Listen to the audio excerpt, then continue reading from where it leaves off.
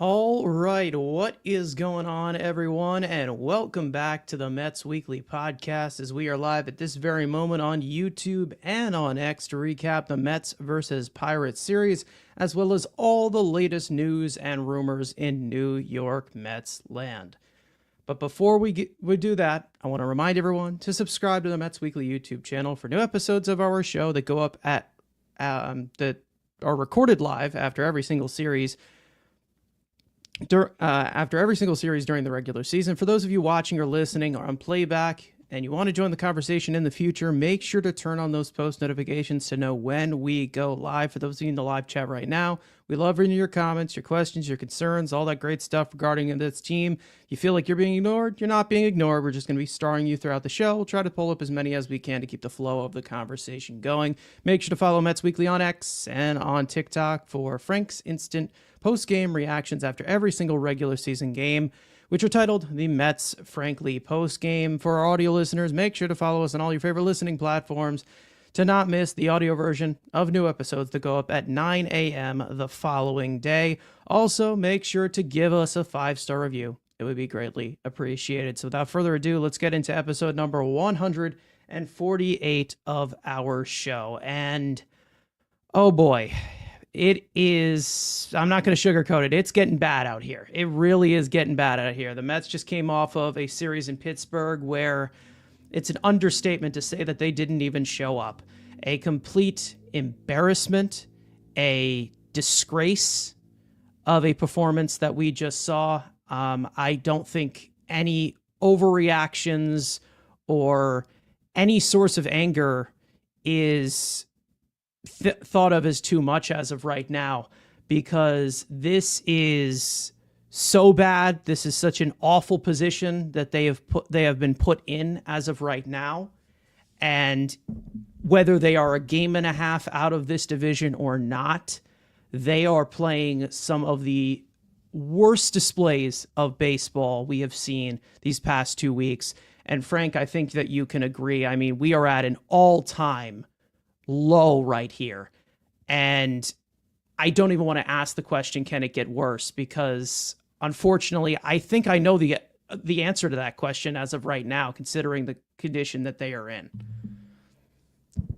Yeah, I don't even know where to start. I have a lot of thoughts. You say, if you guys have like questions, comments, concerns, yeah, I have all the above. I have questions, I have comments, and I definitely have some concerns with the way they're playing. And to be honest, they would have been better off not showing up. I mean, they played so bad that it would have been better for all of us if they didn't even go. You forfeited the games, and then we didn't have to sit and watch like 9 hours of just getting destroyed by a terrible team. That would have been better instead of sit there and being tortured watching the display that we saw this weekend. I mean, and everyone wants to say, "Oh, well, the pitching's injured." Excuse me, do these injured pitchers hit? Because what does that have to do with not scoring more than 3 runs? Like, does the pitching suck right now because injuries? Yes, but they're also bad at hitting. So it's like that still doesn't solve the issue. It's a matter of, in order to win baseball games, you have to be good at both things. And they're not good at either one, which is why they're losing a majority of their games. And even when they did have the very good record, we talked about there's different ways to get that record. Like, not all whatever record you want to give me, 35 and 20 teams are all built the same. Like, you could do it in a really good fashion, or you could do it where you're just kind of barely getting by, and it's not very sustainable, especially early on in the season. And starting tomorrow, we can't use the "it's only April" excuse. We can't use "it's only May" excuse. And then we can't use the "it's only June" excuse, because now we're going to be in July. So when the owner tweets, "Oh, well, you know what? The hitting with runners in scoring position can't last for much longer." Excuse me, do you know who you've employed, sir? Have you seen the way the Mets performed running scoring position a couple of years ago with their hitting coach? They were ranked bottom 5. So for him to say that, oh, he doesn't expect he's going to stay bottom 5, I got news for you, because we've talked about it. It's gotten worse. So there's been struggles with run score position since opening day. We've been having these conversations every single episode this season, and it's gotten worse. So, I mean, to say, oh, well, it shouldn't go on much longer. What? I mean, have you been watching? Because this has been a Yeah. every single day topic that we have talked about. Yeah, I have constantly just gone past the need of looking at any data or any advanced pieces of stuff. I mean, I've gone beyond that at this point, and it may sound like an ignorant thing, but it's more of just the fact of expectation going up against what we know that this overall capable of, and we're still just not seeing those results here. I understand in context when people say, well, we've had a lot of bad luck with runners in scoring position in terms of balls being put in play. They're hitting the ball hard. They're doing that. And they're like, okay, well, they're due to start getting those results. Okay, when? When's it going to happen? Because we are more than halfway through of a 162 game season, and we still see this as a blatant issue. And not to mention, it continues to get worse. Continues to get worse. It has gone to points where we are having these sub major league arms completely shutting us down for 6 pitch innings. Not even competitive ABs. We've talked about this so many times on this show. Or guys that we let go this season who now pitched against us and shut us down. We've seen that a few times too. Yeah, we saw that too. Yeah. Yeah, we saw Jesus Cabrera in another series. We had saw some former faces that were just dialed in, and we'll see Tommy another one. Pham had a great series. He did, and he was playing horrible all season, but not against us. They're not like us. Yeah, exactly. The thing about this whole situation is that I'm not trying to sit here and say this as a victory lap, because I'm not enjoying this at all. I'm not. This is not fun. Does anybody want to sit here for 3 hours and watch this team play like complete dog shit against an even more dog shit opponent? No, nobody wants to. But we've been saying this over and over and over again. The quality of wins matters. And when you see that these red flags are pointing out throughout the entire season and there is no improvement in that way, it is going to catch up to you. And we're going to get into the whole state of the pitching staff, which is just, I mean, it's an eyesore as of right now. I actually have the wrong graphic up. Of course I do. It's basically just goes into the point of, yes, the Mets pitching has been terrible these last few weeks, and there's no excusing that whatsoever, because there's been plenty of performances against really bad teams too, and against very bad opponents and a very, very bad matchups that they're continuing to just completely get dominated by. But again, here's the thing. I will say it over and over and over again. This entire situation continues to be put on the offense, because again, throughout 3 months of the season, 3 months, we have played 80 games now. You look at this offense, if you want to talk about it from strength, the Mets offense right now has one hurt piece, one, and that being Jesse Winker, who's a platoon bat. The pitching staff is down multiple starters, multiple relievers, and also the reliever that you signed this offseason as well, who is one of the key pieces to the back end. So tell me which department you can't blame for completely melting down. And then also tell me the other department that has no excuse as the most expensive part of the team. Every single time when we go into seasons, we talk about, okay, what is this team built around? Was this team built around the pitching? No. Was this team built around the bullpen? No. What was it built around? I don't know. Maybe the $341 million shortstop, the $765 million outfielder that you just signed. Maybe, I don't know, the first baseman that everybody was kicking and screaming to bring back. And then also you get into some of the young guys. I mean, nothing from any of them. Vientos, terrible now. Doesn't even exist. Beatty, he's here for a few stretches, then disappears. Alvarez in the minors now. He's been terrible up here too. Mauricio, what is he going to give you right off of an ACL tear? Nothing. Yeah. Acuna's in the minors. Yeah. Acuna, barely anything. Getting nothing from the youth. There's no depth in the lineup. There's nothing. There's absolutely nothing. And nobody on the way, too. Like, we haven't heard anything like, oh, Gilbert be here soon. And, these other guys. He ain't hitting well either in AAA. Yeah, exactly. Jet Williams, haven't heard anything. Clifford's not ready. Carson Bench is not ready. And, I mean, we'll talk about another day, but do we even trust that the internal pieces could even solve some offensive issues? Because, I mean, that's not what I've really seen right now as far as the young pieces. Because there's yet to be back-to-back good seasons from any of these core prospects. Yet to see it.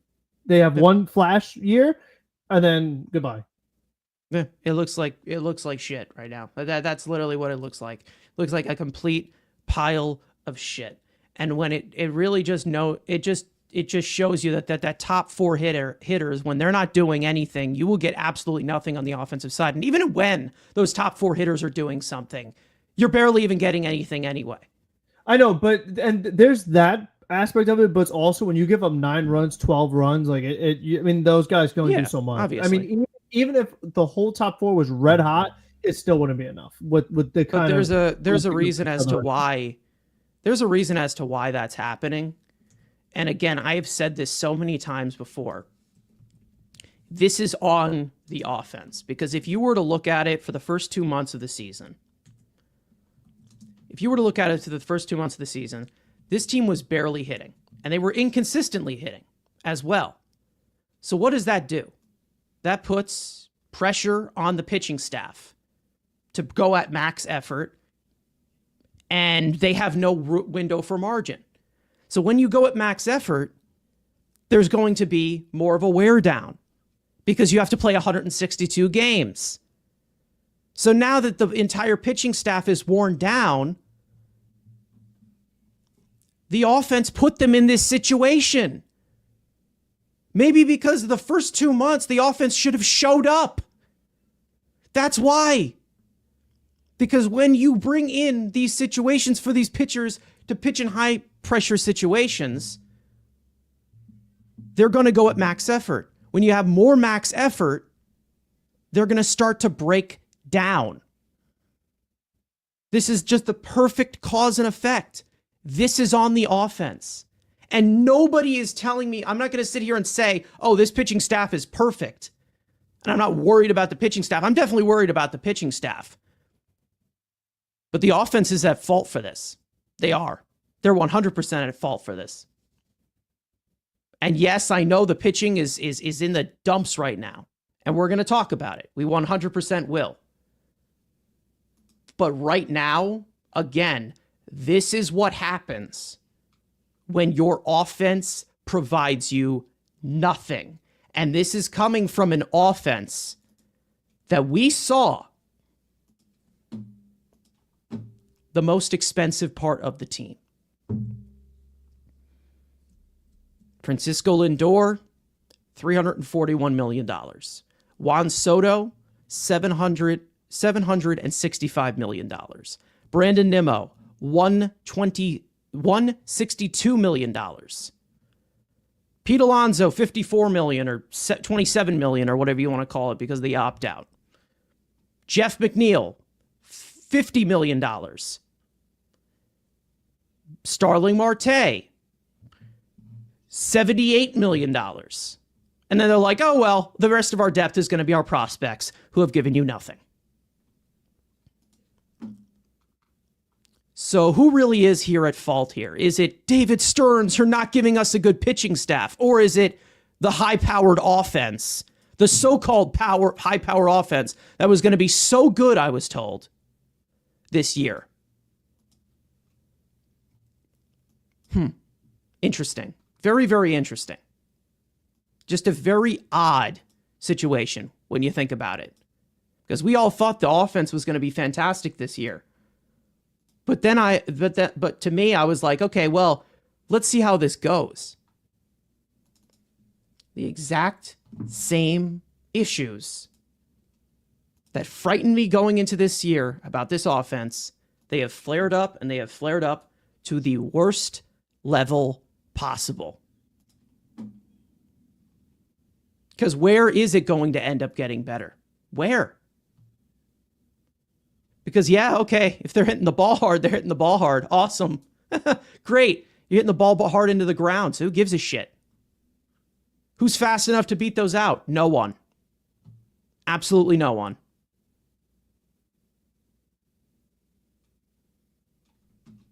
And I'm done pointing fingers to specific people because it's the entire team collapsing as of right now. I mean, he's saying Stearns has to take the blame. I don't know what exactly he can take the blame for, though. That's the thing. The problem with this offense right now, he inherited every single one of these players from this offense. They added Juan Soto, which I was told, oh, no, that's a Steve Cohen move. So Stearns had nothing to do with that. Then you have the pitching staff with the philosophy of David Stearns saying that this position breaks.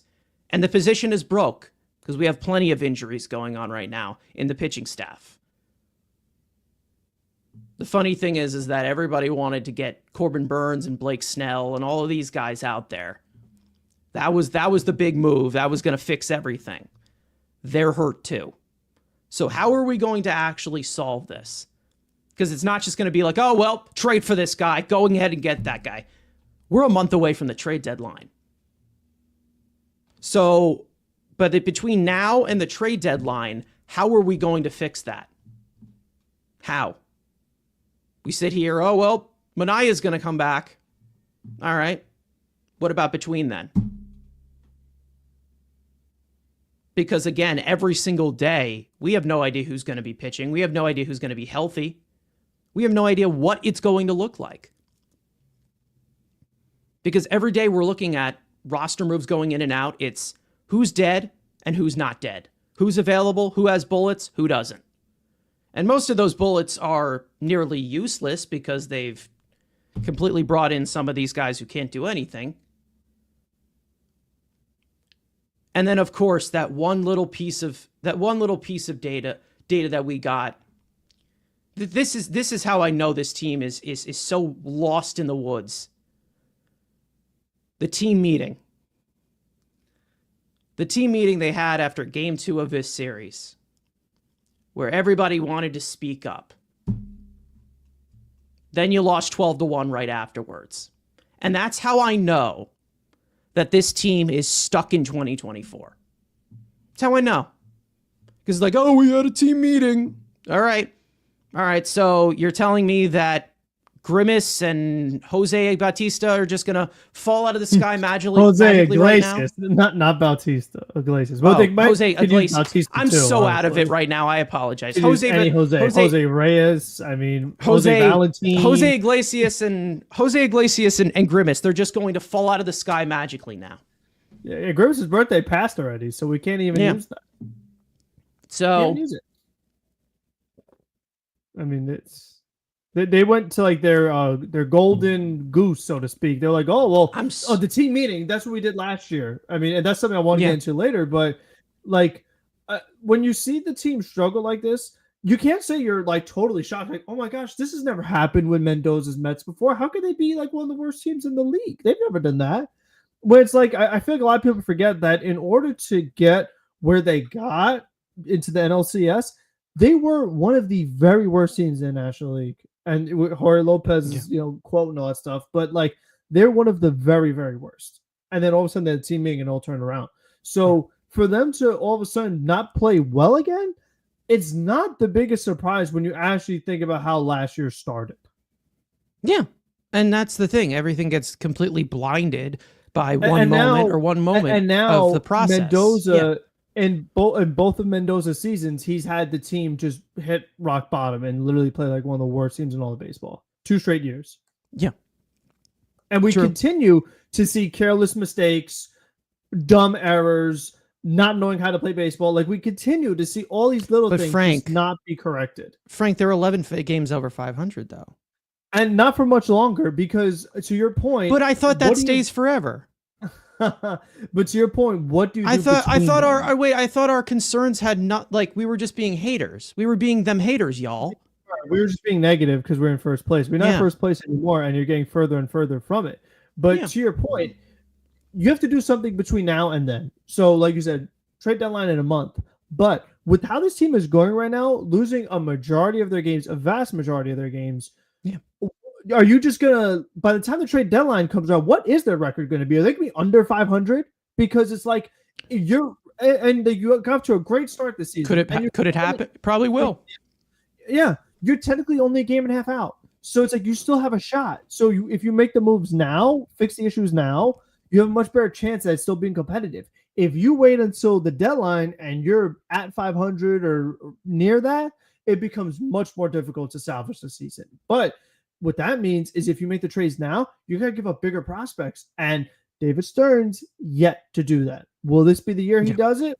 It depends. Are the Mets going to turn it around before then, before he has to change his mind? Because you don't want to be one of those teams that's at 500 deadline. And we've seen this before with the Mets. Do you buy? Do you sell? Do a little bit of both? Like, you have to know, like, what is your plan when you get to that point? Because they have some decisions to make. So that's something that, like some people are saying, like, if you make the moves now, it just makes things a lot easier. And the thing that drives me nuts is when you have the second highest payroll in baseball, there's very high expectations that comes with it. You can, like you were saying, you cannot pay all that money to play this bad.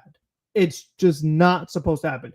And it's not a automatic. It's not something that, the teams, the best payrolls are always the best teams. It doesn't always work like that. But it's supposed to help you quite a bit. You're supposed to be better than the Pirates. You're supposed to be better than Tampa Bay Rays. And they are kicking your butt. And you have nothing you could do about it. Yeah. I mean, it goes to one thing to just lose in, tight fashion. That they didn't even show up in any of these games. They got completely destroyed in Pittsburgh. They were completely laughed out of that stadium. And we've seen rough games in Pittsburgh before from this New York Mets team. But I'm so tired of holding on to these narratives and holding on to all of these. Well, this is we had it in Pittsburgh, and when we had this, and we had a team meeting, so we're going to be fine. Nice. So this is what we're going to base this off of. This isn't 2024 anymore. Check the calendar. It's 2025. Leaving it all behind. New year. What needs to get done? A lot. A lot needs to be fixed. And we talked about this early on before anybody got to it. We talked about this so early on this podcast. First month of the season. They were winning games, but they weren't playing a winning brand of baseball. And guess what happened? Look at this. We all know that this pitching staff wasn't going to be amazing. We all knew that it didn't have the firepower that the Dodgers had or the Phillies had. So now everybody is shocked that it's completely breaking down when you've put so much pressure on them throughout the entirety of 2 months.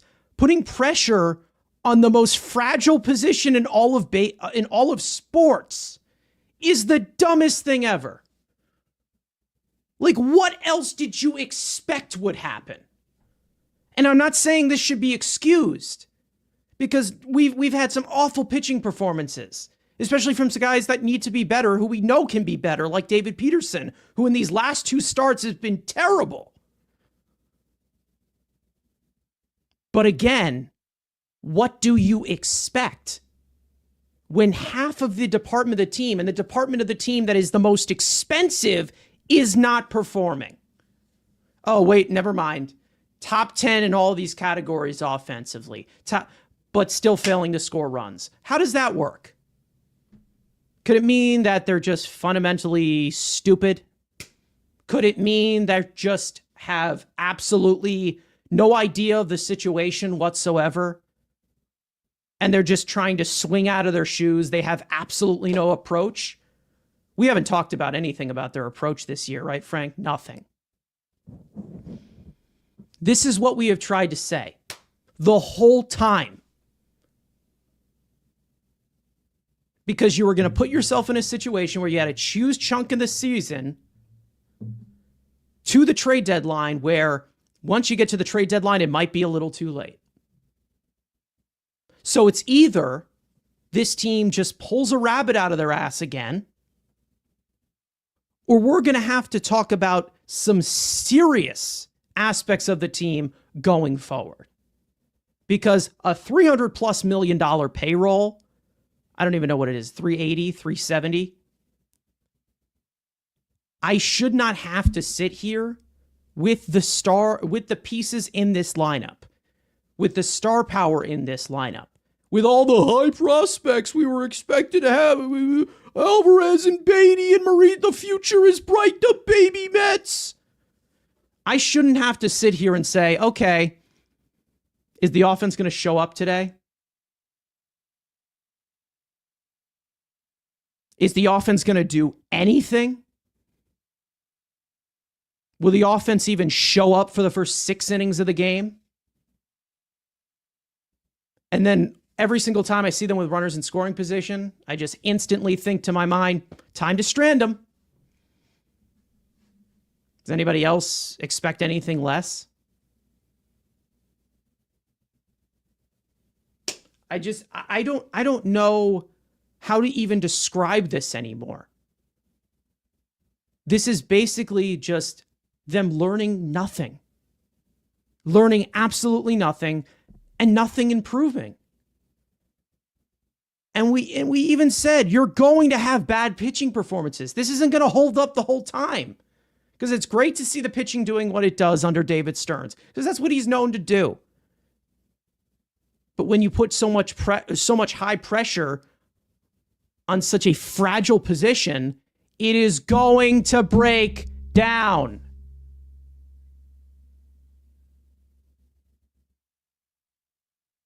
It's like the same thing in sports with football or whatever. You're relying on your whole offense to be a running back. Good luck with that. Piles of bodies going all at them for every single carry that they have. Eventually, they're going to get injured. Eventually, they're going to get injured. And that's exactly what I have said. When everybody says, oh, well, Stearns better get Burns, or Stearns better get Snell, or he's a fraud. Pitching staffs are committees. That's what they are. It's who's alive and who isn't. It's what this game is. And if you don't like it, tell the hitters to stop hitting the ball so hard. Just tell them, hey, you can't swing this hard or you get suspended. That's what this game has become. This is also a hitter's game as well. You need hitting. You can't just win with great pitching, fantastic pitching. The hitting's got to show up. What is this acclimated to our entire payroll? It's like, I don't know, 65% of the payroll is to the offense or something like that. And they can't pull any of their weight. No weight. Can't pull any of it. In fact, it's inconsistent. And I know we've all talked about the coaching and everything like that, but like, they obviously don't want to make those changes. Andy Martino said that they're not going to.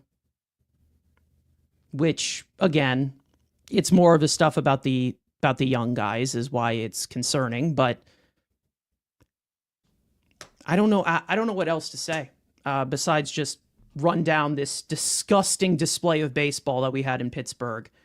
And I have a little bit more of short notes here because there's not really much to say. There really isn't.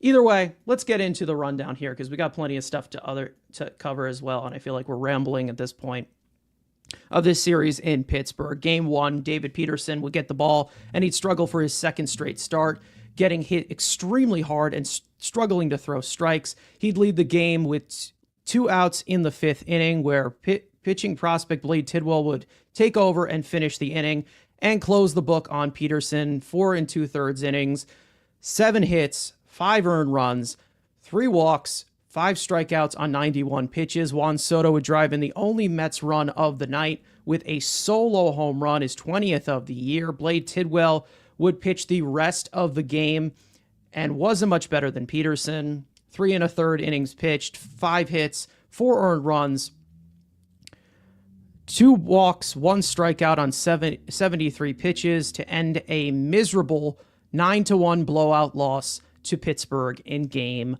1. So it can't get worse, right? Hold it. Game 2, Paul Blackburn would get the start and pitch a solid first inning. The Mets would take the early lead in the first.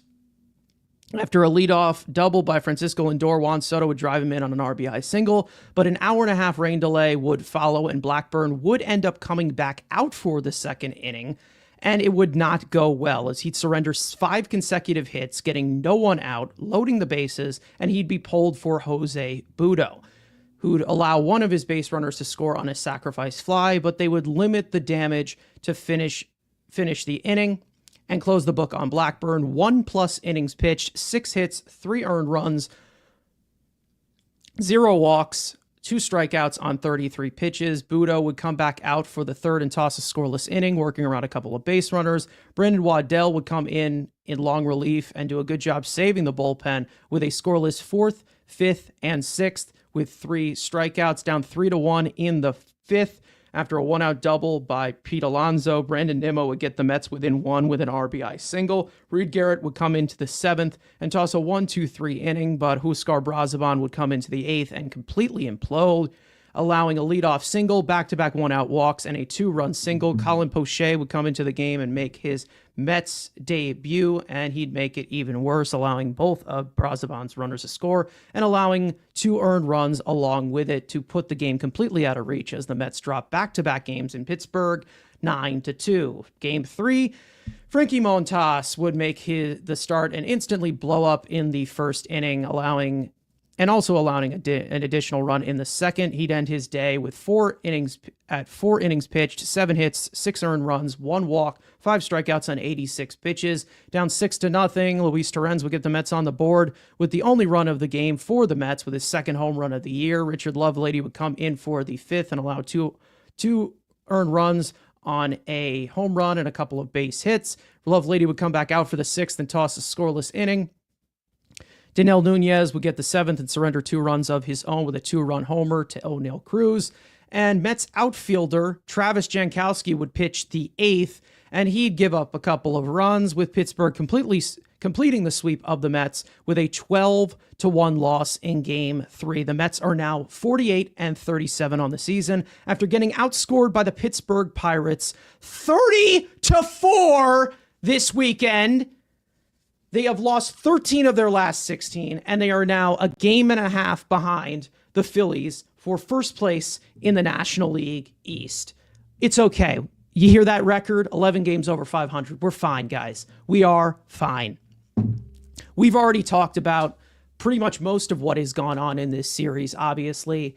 But there's so many takeaways, so much bad, nothing good, to be honest. I can't think of anything good that went on in this series. Maybe a few individual performances by some offensive players, but nothing too crazy. Nothing at all. As a team, didn't win, wasn't even close to winning. They got blown out of the water. And Frank, if I didn't know any better, I would say that, hey, maybe this Pirates team is pretty good. But guess what? They're not. No, they're not. And, following this sweep, the Mets are now 6 games under 500 on the road. So that definitely is something that is quite fascinating to me, is that they played really well at home. And now that they've struggled, they don't have much to fall back on. So, I mean, this was just really, like I said, gross to watch all the way around. And we knew the offense was struggling, but it's like, oh, well, we got Vientos back. So that should give us a boost, because he was the Mets' second best hitter last season in the playoffs. He was batting number 2. Again, the second best hitter. He is like so lost right now. Like he just looks like he has no clue what's going on. If there's runners on, there's no way he's driving them in. We were talking about approach. He's swinging all over the place. You can't hit the breaking ball. I mean, he just doesn't look like the same guy. He does not look like the player that we saw last year who was dominating, going left field, going right field, going center field with power, hitting a ton of home runs. He was on a pace for 30 home runs. Oh, this guy, I mean, he can't even hit the ball to even think about hitting a home run. So that has just been one of the more frustrating things because he was someone that I was really excited for the season because I said, okay, now that he's got a full year this year, we should see like this awesome season from him. And that has not happened. So that is definitely something that is very alarming at this moment. He's only got 6 home runs this season in 56 games. Like that definitely is an issue from someone who is literally here for power because it's like we've talked about the way they are constructed because of whether it's Vientos or anyone else, like everyone's in the wrong spot. So because Vientos was supposed to be a third baseman and stinks at third, you put him at DH. So Mauricio, who was a shortstop in the minor leagues, is now playing third base or sometimes second base. So then you have McNeil, who used to play second base. Now he's in center field. Then the center fielder is on the bench and Tyrone Taylor. So it's like you have so many guys in the wrong spot. So this is what I said a while ago.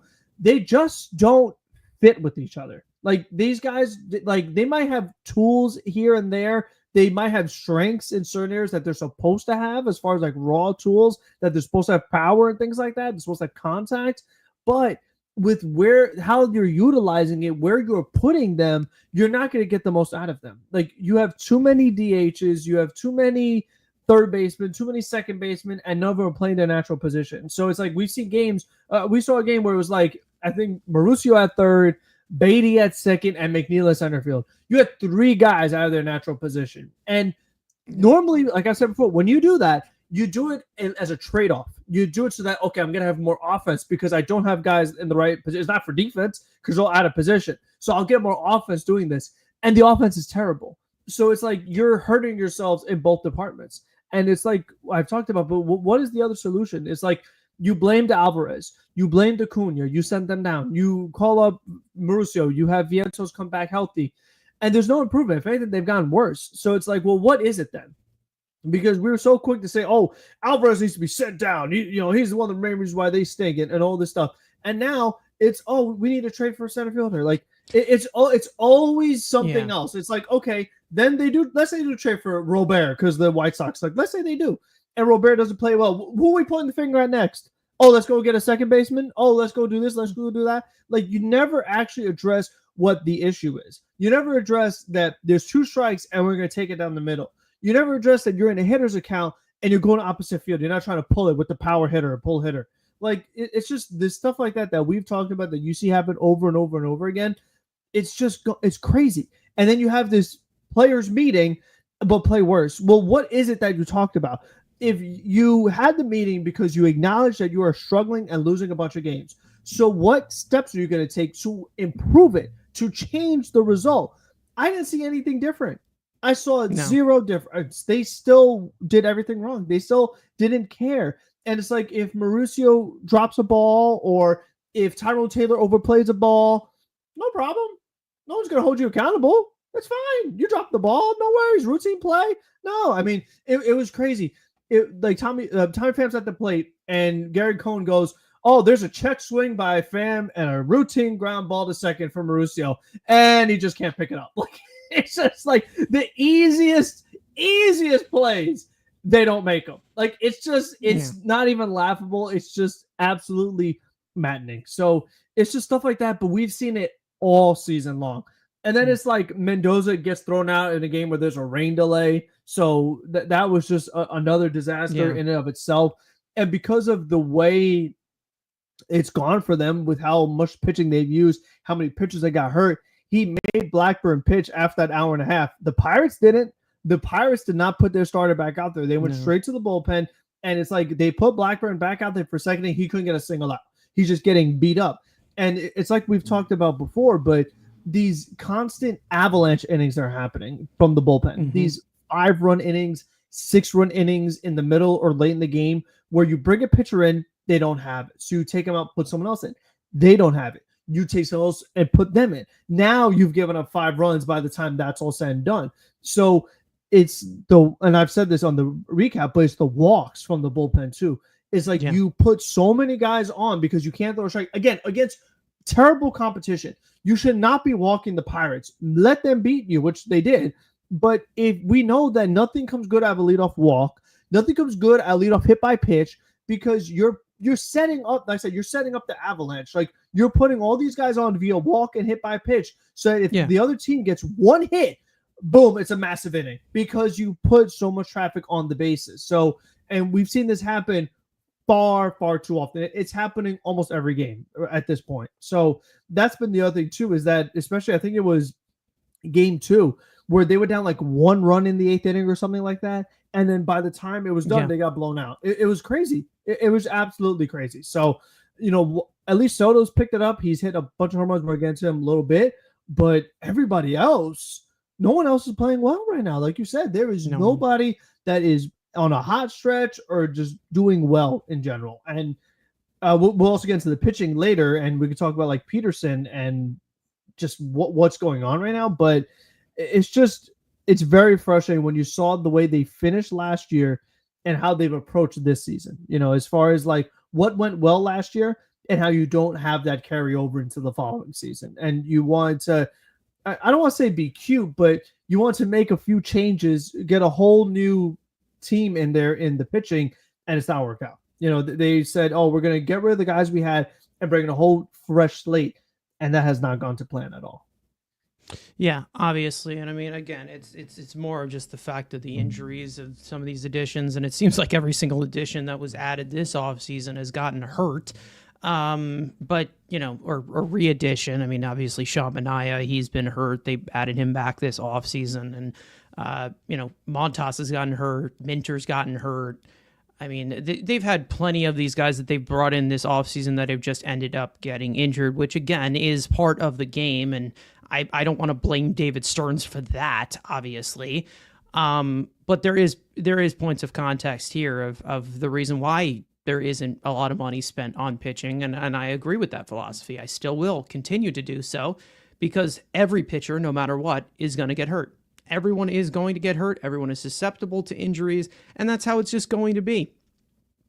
And when that happens, you're going to have to need depth. You're going to have to need a committee of guys.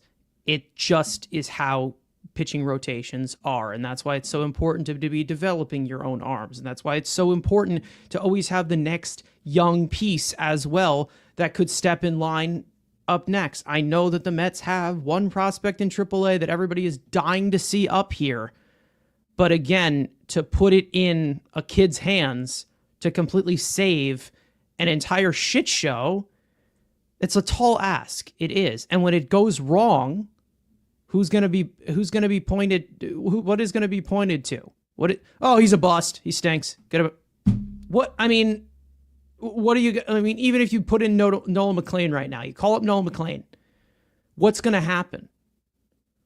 He's going to probably be on an innings limit because, again, he used to be a reliever. I know for some that don't know that, he used to be a reliever in college and a hitter. Now he's a full-time pitcher, and he's now, transforming to being a starter. He'll be on an innings limit. He'll be on a pitch limit. He's never pitched in the majors before. And he's going to go through those growing pains while you're trying to contend for a playoff spot. What is he going to do? How's that going to help? You've already seen it with Blade Tidwell. Blade Tidwell's come up here. He struggled. Which makes sense. Because he's, like, again, you can't... I feel like a lot of Mets fans have this entire image of, well, Matt Harvey came up here and he was instantly great. This is a different game now. This is way different of a game now. And I feel like we don't kind of internalize the fact that these guys are going to struggle when they get up here. There's only a select few that makes the full-on impression instantly. You see if they stick, who knows? It takes a lot to be a major league pitcher now. And calling up Nolan McLean is not going to really fix anything. because he's only going to pitch every 5 days. You want to clone Nolan McLean? Fine. Go ahead. Go ahead and do it. It's not going to happen. I saw Andy Martino say or something that Jonah Tong is not seen as an option this year, which is the right decision to make. It is the right decision because he's a 21-year-old kid and he still has to develop a little bit more control of the strike zone. I know we have internal pieces. I get it. It's exciting to see the young guys. I think that there is a new generation of pitchers that are going to be really good for this Mets team, but that's not right now. That isn't right now. And they're just going to have to wait out that. They're just going to have to wait that out. I don't know what to say. There's nothing you can do to prevent any injury. Never will happen because the game just has a bigger intensity now.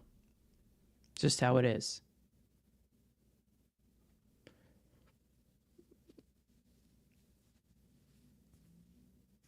I think at this point, it's just, we'll see how they move from it. But again, I'm still pointing to the offense. I still am. Because I still believe that they've put this team in this predicament. I do. It may take a little while to get there, but for those of you in here, like I said, you don't score a lot of runs. You're terrible at runners in scoring position. You're scoring 2 to 3 runs a game, or 2 to 3 runs in 8 out of the 10 games. Let's say that.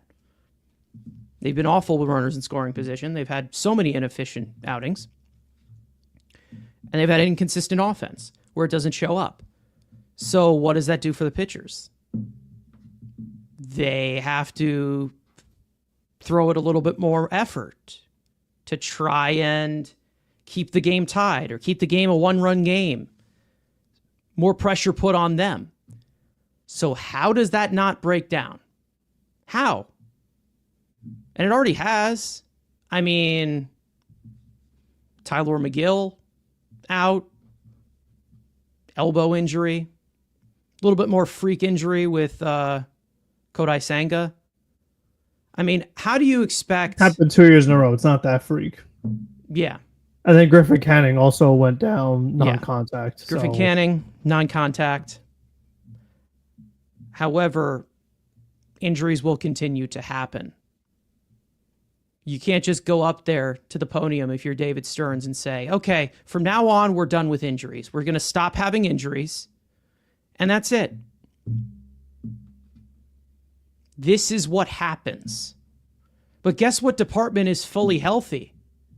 The offense.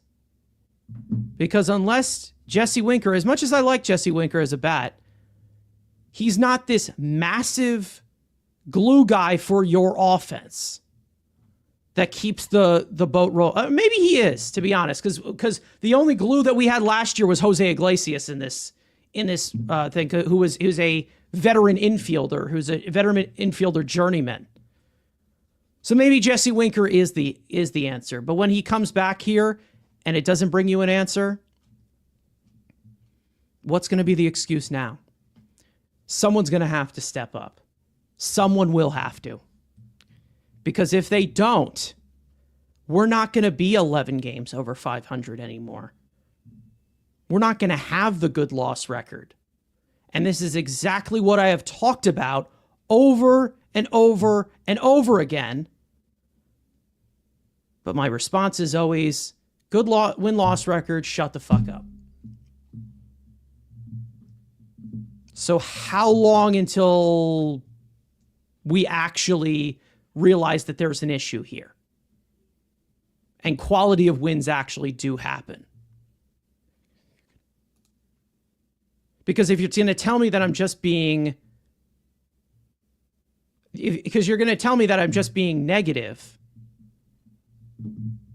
what exactly am I being negative about, though? The fact that I say that I know that this team is capable of a lot more and should be giving a lot more for this team to sustain these winning ways? Yeah, that's not... Yep. All right.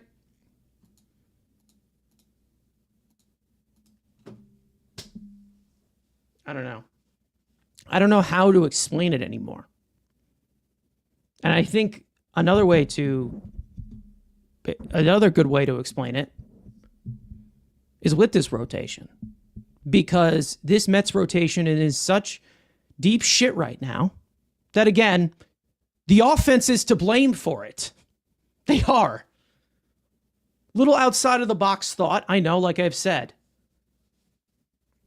This is what happens when you rely on a fragile position. And here's a rundown of what's been going on with this Mets rotation, because are we in direction for it to get any better? No, probably not. We are in a rough situation right now with this rotation, and somehow it's going to have to hold up to the trade deadline unless somebody comes back or whatever. But here's what we're dealing with right now.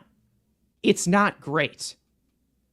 On the active side, David Peterson has been really good overall this year. But the last two starts, 10 earned runs in 8.2 innings pitched over his last two starts. So he has been struggling recently. Paul Blackburn, he missed the first 2 months with right knee inflammation. He comes back since returning, not so great. 16 earned runs in 18.2 innings pitched. Frankie Montas comes back, showing the inconsistency of Frankie Montas once again. His opening 5 scoreless innings, and then yesterday a complete blow-up against the Pirates. 6 earned runs in 4 innings pitched. Clay Holmes, he's probably been the most consistent of the consistent.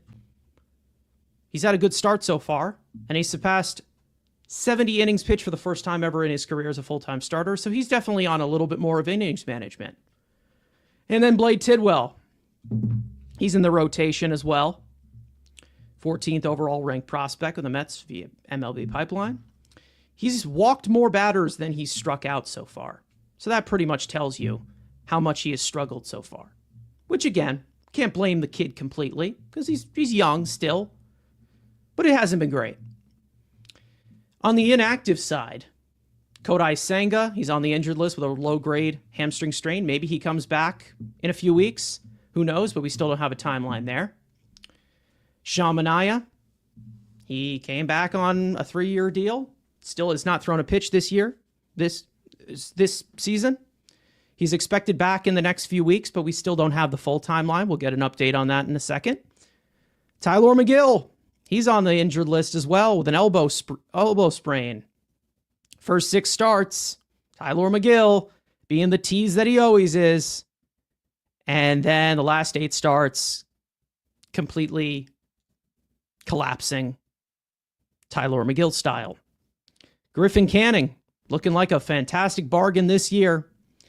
3.77 earned run average and 76.1 innings pitched this year. Limiting the home run ball like he's never done in his career. Done for the season. Ruptured left Achilles. And then there's Christian Scott, who is not even an option this year, who is done for the year, recovering from Tommy John surgery that include the internal brace procedure that he underwent back last year in September of 2024.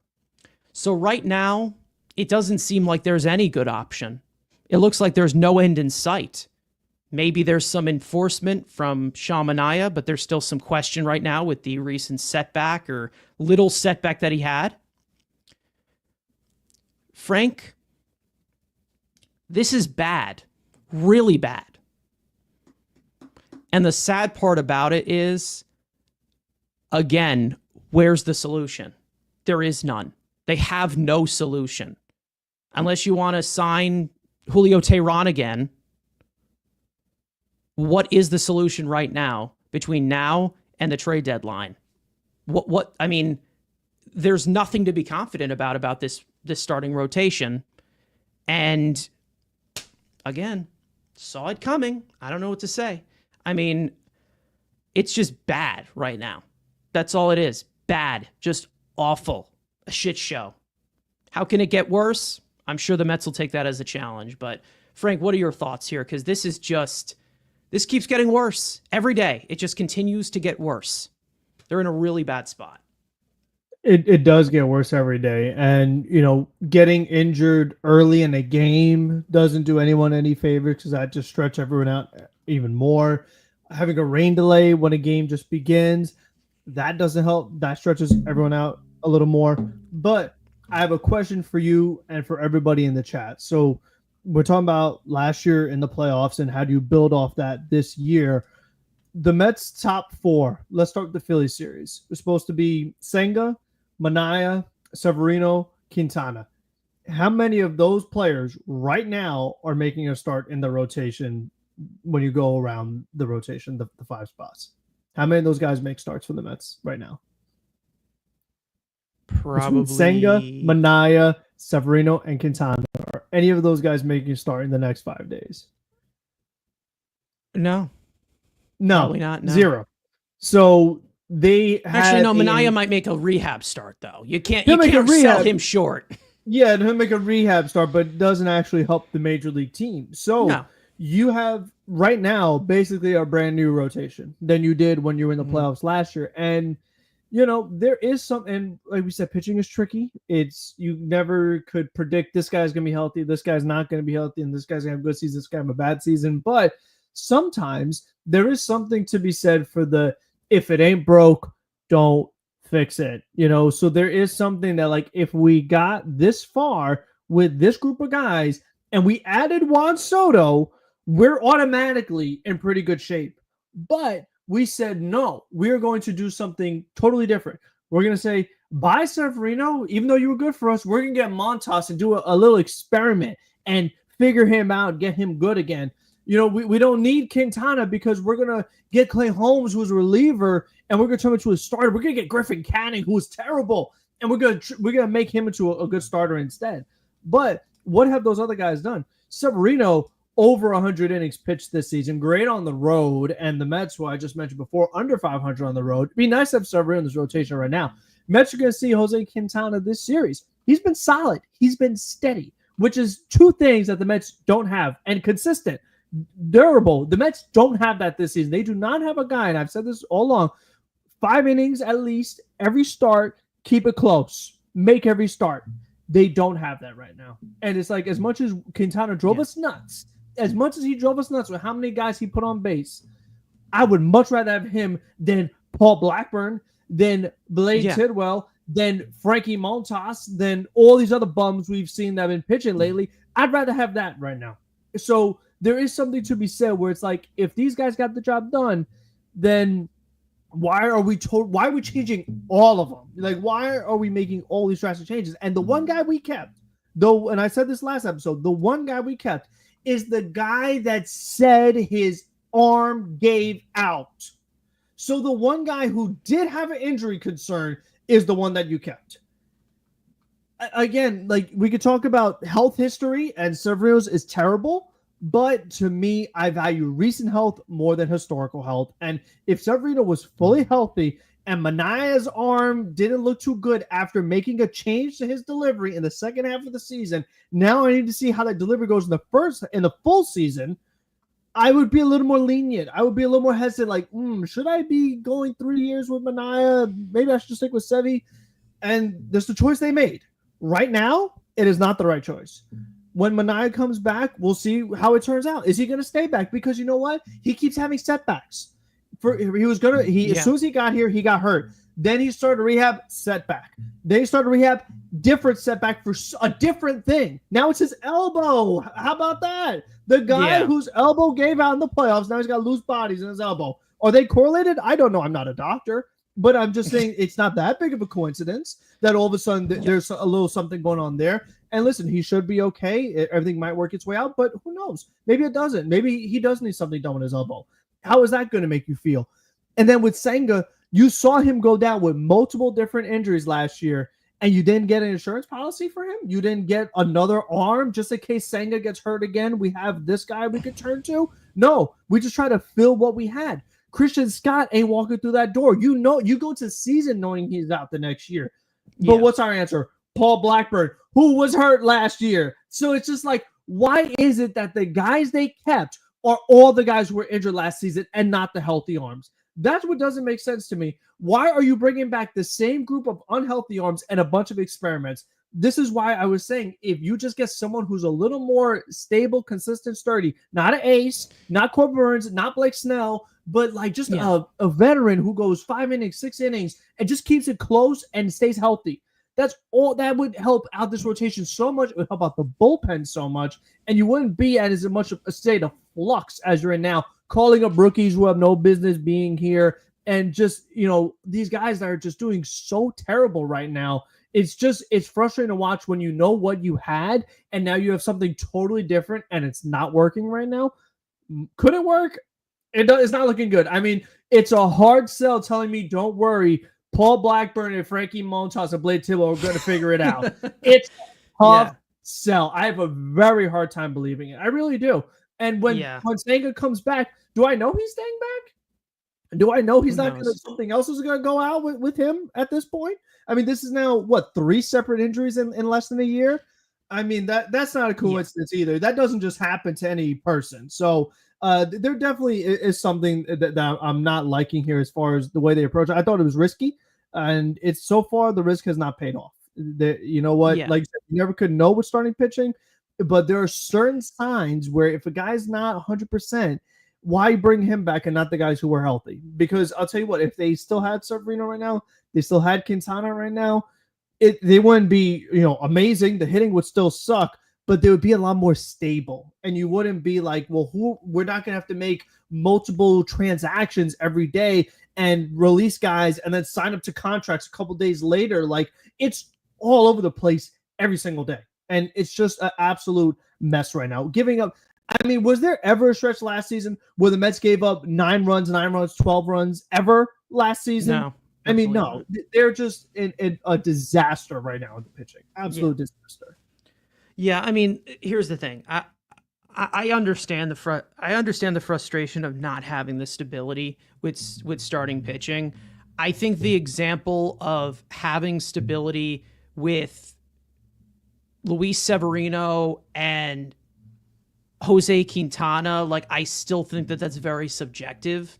Like, yes, Quintana has been able to stay healthy, but he's also had issues with injuries recently, even with the Mets as well, of his overall health. And then also Severino a year later, where we're all complaining about him being completely durable, but when they originally signed him, he had all these injury history and he had a 70 ERA. Like, I feel like this entire argument continues to be revisionist history. And that's the main reason as to why I can't continue to just say, well, they need this guy who's stable because they expected Sean Manaea to be that.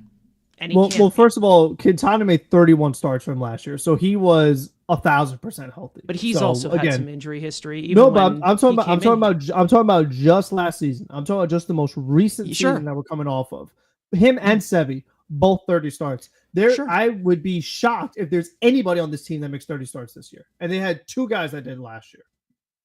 True. And both that is very, very true. That is very, very true. But that also goes to the same point of, well, they pitched into the postseason and maybe they're a little bit hungover from it.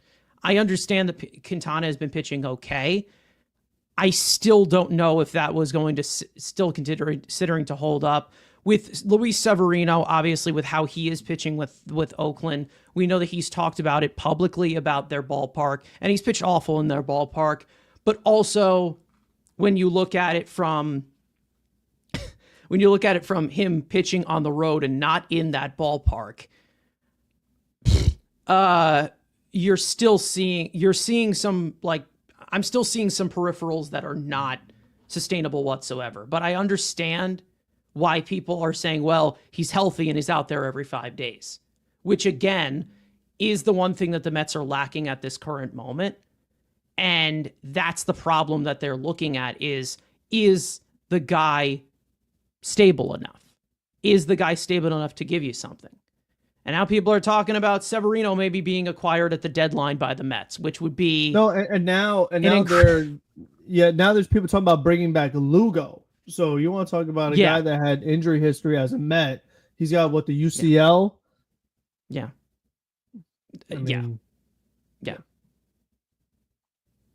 I get that. I get that Quintana is definitely not revisionist history, But again, even if they were to bring in Jose Quintana, there still is no guarantee that he is going to be out there every 5 days.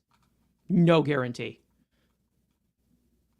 There is absolutely no guarantee. What I will say, though, is that they're going to face him in a few days, and with how this offense has been, when he dominates, like the crowd is going to get louder on that one. Like, wow, why don't we still have this guy? Yeah, they will. Like, it's going to be a rough look. It's good when it's like right in front of your face that he's dominating them.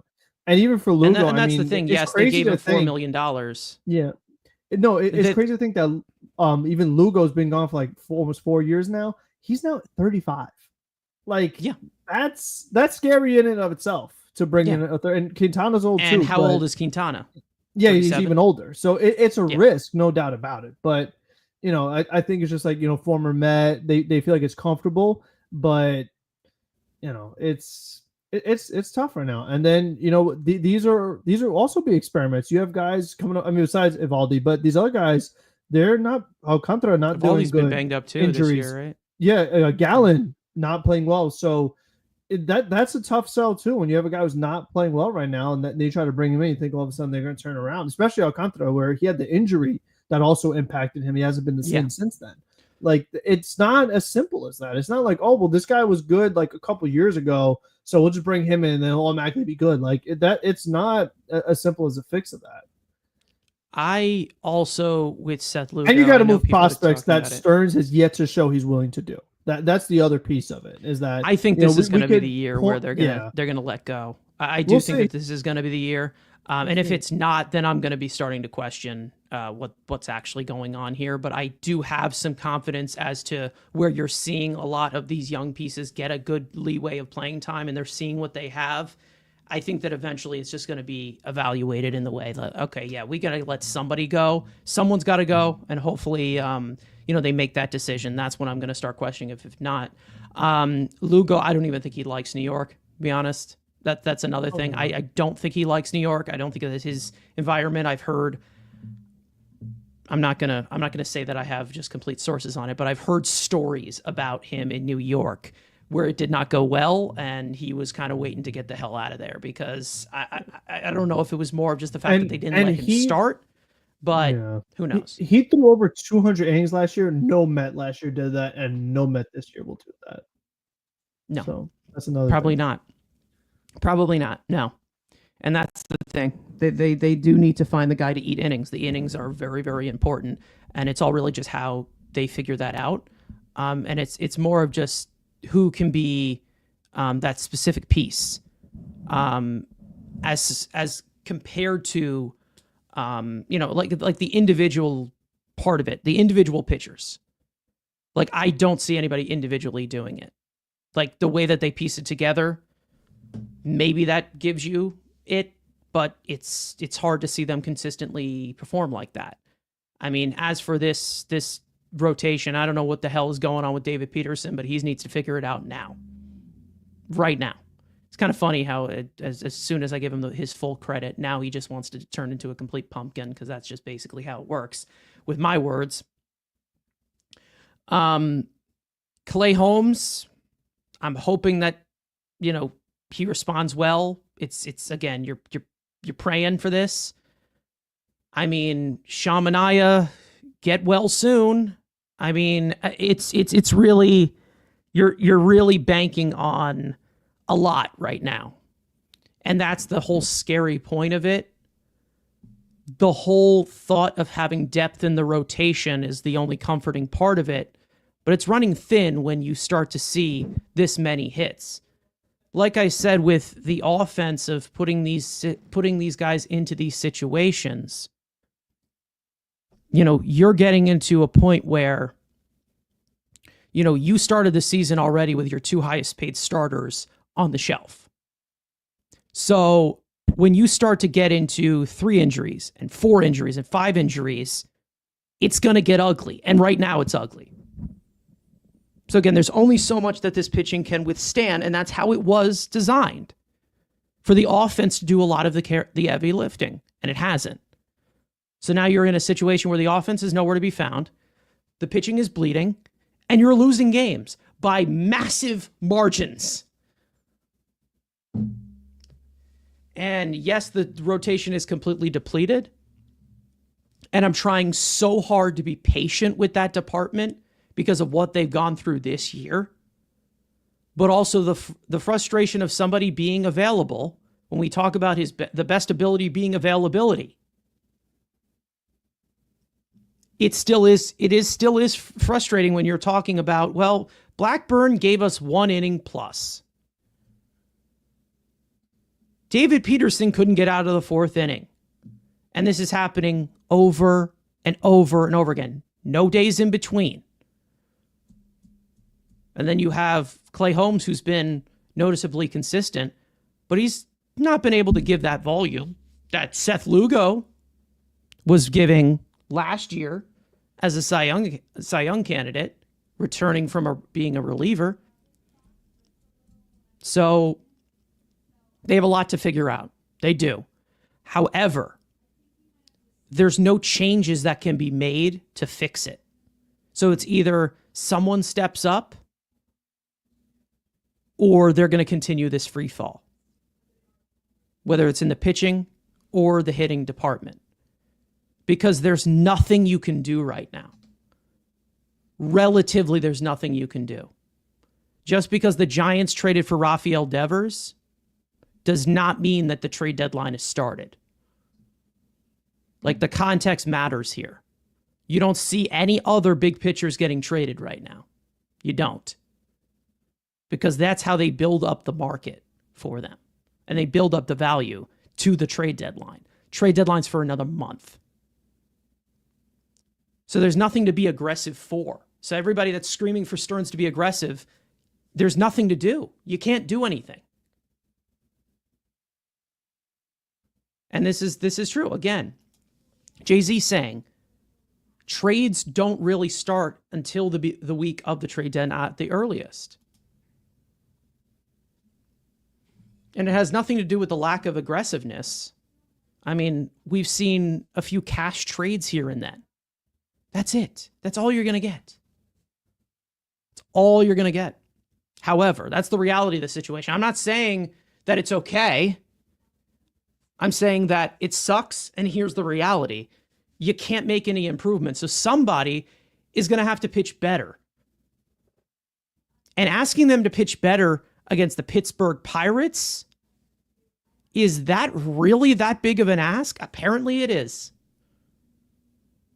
Apparently it is. And I don't even want to know what's in store against Milwaukee going up. A team that is a lot bigger pests, that we know is a lot bigger pests than the Pittsburgh Pirates, who are one of the worst offenses in all of baseball. Name one thing that Stearns can do right now. Sign somebody off the street? Rich Hill? You want to go get Rich Hill? Go ahead. Go get Rich Hill. I'm sure there's some Ducks available. They're in game shape. Yeah. That's probably where they're going next. Yeah. Should it be somebody from the Long Island Ducks? Most lopsided series in franchise history. That's something we didn't even pick up. That is the biggest run differential in a 3-game span in Mets franchise history. And the Mets have been bad a lot of times in their history. They have. But we call it pitcher's franchise.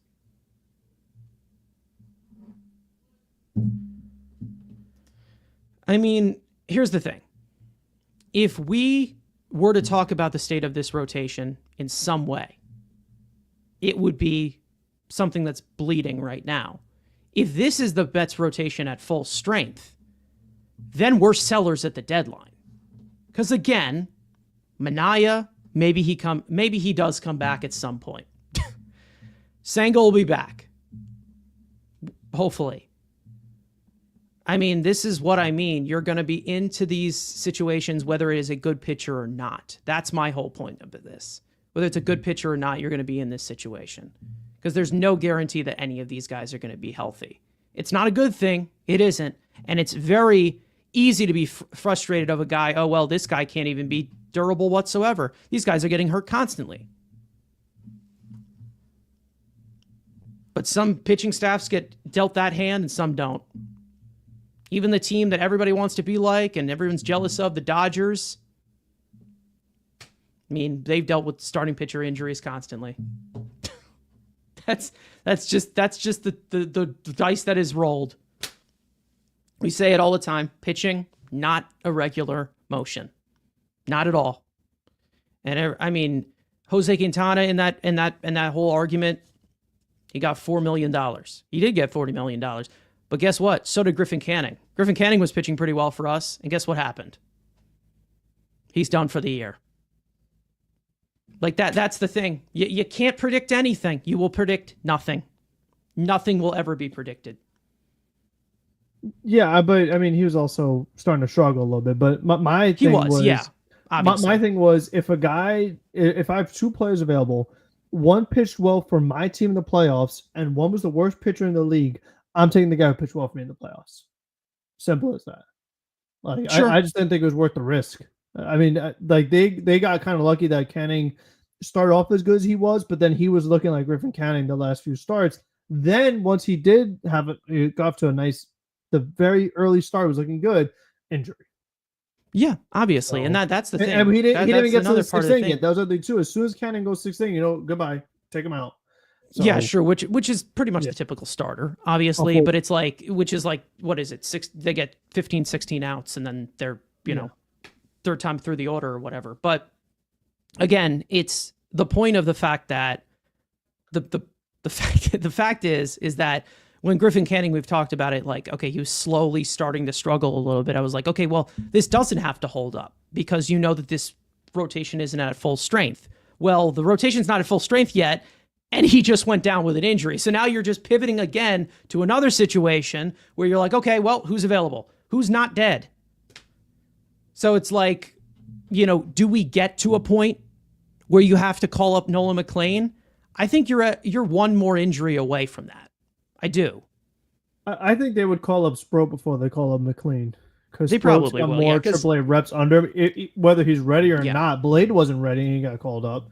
So with how it's gone, like you said, they're running out of ideas. They're running out of guys. Yeah. So they might have to call Sproat earlier than anticipated, and that would stink.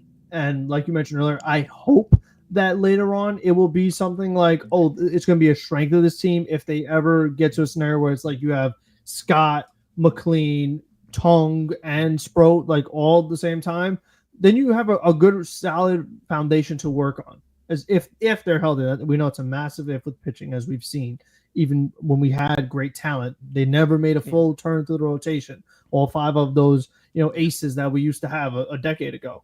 So that's how it could go with pitching. But for now, they've got to figure out because those other one is hurt for the year and the other three are not ready yet. So until that timeline shows up, they have to figure it out. They do. And that's the problem is they're in a flux. They're in a huge flux right now because again, the trade deadline is still a 1 month away. And I think we all want to get to the trade deadline now. We do. Because we all know with this team what the weaknesses are and we want to fill them in. Because we've gotten 3 months of this baseball sample of a team that can't hit with runners in scoring position. Makes a ton of defensive miscues. And the starting rotation is bleeding right now. And this is another point from Marcus. He says, can Budo be converted to a starter in the middle of the season? I don't think so. If they were to look at him as a starter in spring training going into the year, maybe, possibly. But they even said before spring training even started, they said he's going to be a reliever. So I don't think he's even in the cards anymore. I don't think that he's in consideration for that. It would also take a while to build him up middle of the season. Yeah. Like they did that with Seth Lugo a few years ago during the pandemic year, which was so stupid. And that was a disaster too. And they nearly killed him. Like I feel like that nearly killed him. Like that was the end of his Mets career. That 2020 year, that was it. That was like the end. That was rough. That was the end. So and Blue's actually been one of the more solid pieces in middle relief, which has been very important.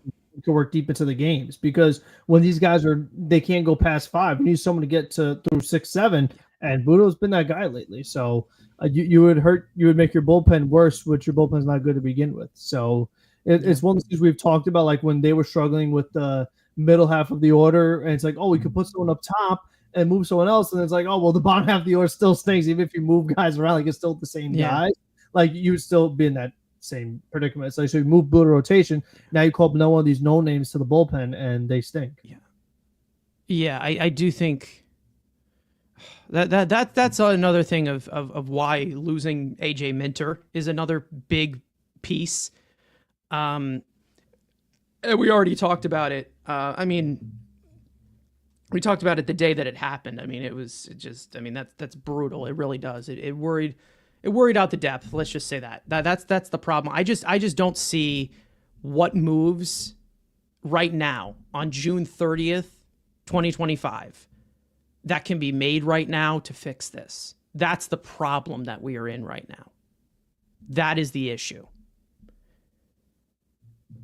And whether you want someone or not, and you're asking Stearns to be aggressive for fucking once, what can he be aggressive with right now? Just call up and say, hey, Miami, we want Sandy. All right, cool. Give us your entire farm system right now, and then we'll get back to you. And then he's not like there's no way. There is no way. And this is why you're getting these reports of, oh, the Mets are monitoring this situation, because there's nothing else they can do.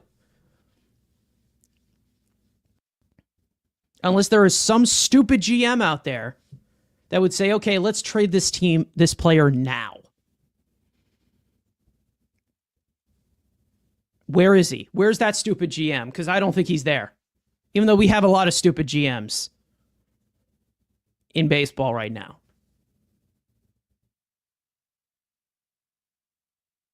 Now, I do think that you do need to put pressure on Stearns and say it's time to make some moves here. And I will be disappointed if they don't go as aggressive. I will be. However, we're not there yet. We're not there. We're not in that department yet. So at some point, those moves will be made. But if everybody wants a big trade to happen right now, I also have a bridge to sell you. It's not going to happen. It won't. And it's going to not happen for the 29 other teams.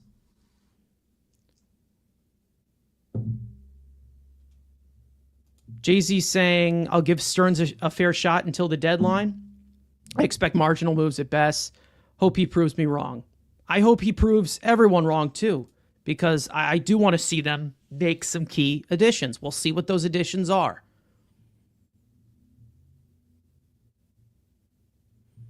But we'll see.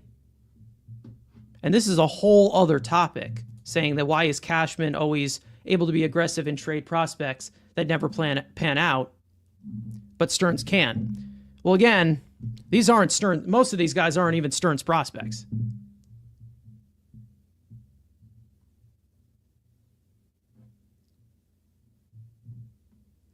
And also the fact that the Yankees have better pitching development. They've had better pitching development, and they've had appealing prospects that they have sent over. And again, those moves still made at the deadline, made in the offseason. The Mets are in a position where you want to have the ammo to make these moves, but they don't. And that's the whole argument of Garrett Crochet. Remember, everybody, oh, well, why couldn't we get Garrett Crochet? Because the Red Sox blew them out of the water because they have a better farm system. You know? If they aren't Stearns prospects, then just trade them? Exactly. And I do think that eventually that decision is going to be made. With how many opportunities these young guys are being given right now, I think that's the saying. I think that's what we are expecting. But nothing can happen right now. Nothing will. I can guarantee if you're hoping for them to make a trade after getting swept by Pittsburgh, You're going to be waiting by the phone. You're going to be waiting by your own phone, waiting for the Twitter update, and it's never going to come. It's never still buying the bridge that Carson's selling. Yeah, exactly. Yeah. It's the reality of the situation. It's come at the worst time. It has. And it sucks. It really does suck. But maybe they'd be in a better position, like I said, if the offense would give a damn better. It's better that it's happening now before the All-Star break. Could you imagine, like, they were doing good and like, oh, let's stay pat. And then all of a sudden everyone just breaks and then they have no trades they can make. So it's better that it's happening now, not later. Yeah. It is better. And it is better that it's happening now and during the process of them playing horrific baseball where they're playing to the levels of... What is it? They're playing to the levels of the Chicago White Sox right now. They're only a half game out of the division. Like, what happened to that argument? I thought they were fine. Again, everyone's very selective to panic right now. What did Cashman trade for Chisholm last year? I mean, that's not a pitcher. So that's, I mean, but... Well, I mean, that's true. Jazz Chisholm traded to the Yankees.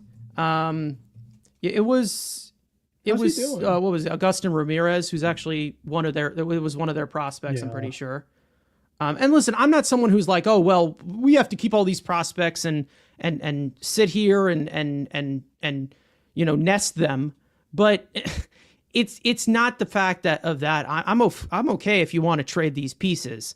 I just don't know how appealing they are to other teams. I don't know. Because there's a lot of pieces in this farm system that are highly regarded to me that I'm like, really? This is what you're appealed to? Really? Yeah, so, I mean, someone made a good point before about PCA. I'd have to find it. I'd started somewhere in here. Yeah, so, like, we're still waiting on the first offensive prospect that the Mets have actually developed as a Met, and they did good as a Met consistently. They've yet Alonso. That's it. I'm talking about in this recent regime. I have not seen it. But we have Alonso. We're fine. We have Alonso. That's it. We do have Alonso. We're fine. That's it. Oh, we also developed Jeff McNeil, so that's fine, right? So those will last a lifetime.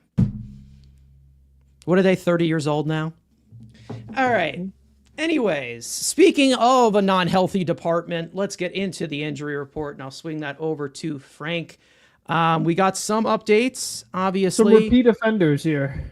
Yes, definitely. But, hopefully reinforcements down the line, and the team will be completely fixed, right? Anyways, Mike is yours, Frank. Yeah, here are the guys to save the day. So let's see. We'll start off with Sean Manaea.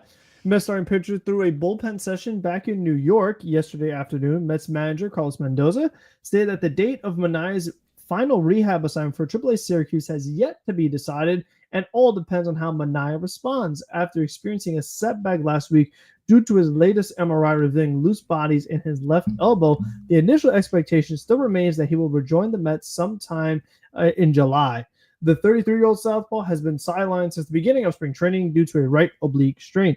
Brooks Raley, Mets reliever, continued his rehab assignment with Double-A Binghamton on Saturday, tossing an inning and two-thirds, 1 hit, no runs, no walks, 2 strikeouts on 17 pitches. He is expected to use the entire 30-day rehab window. Raley continues to recover from Tommy John surgery that included an internal brace procedure, which he underwent back in late April of last year.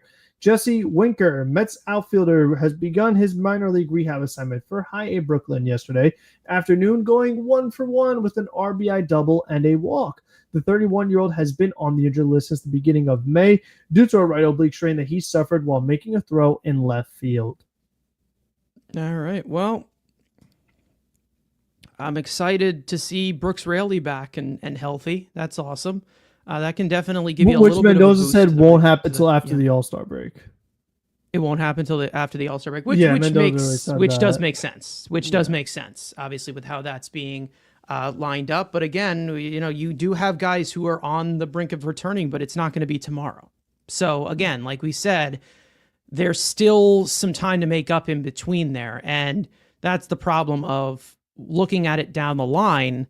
It's the fact that we're still going into every single day of who's pitching, who's available, and who's actually going to be out there.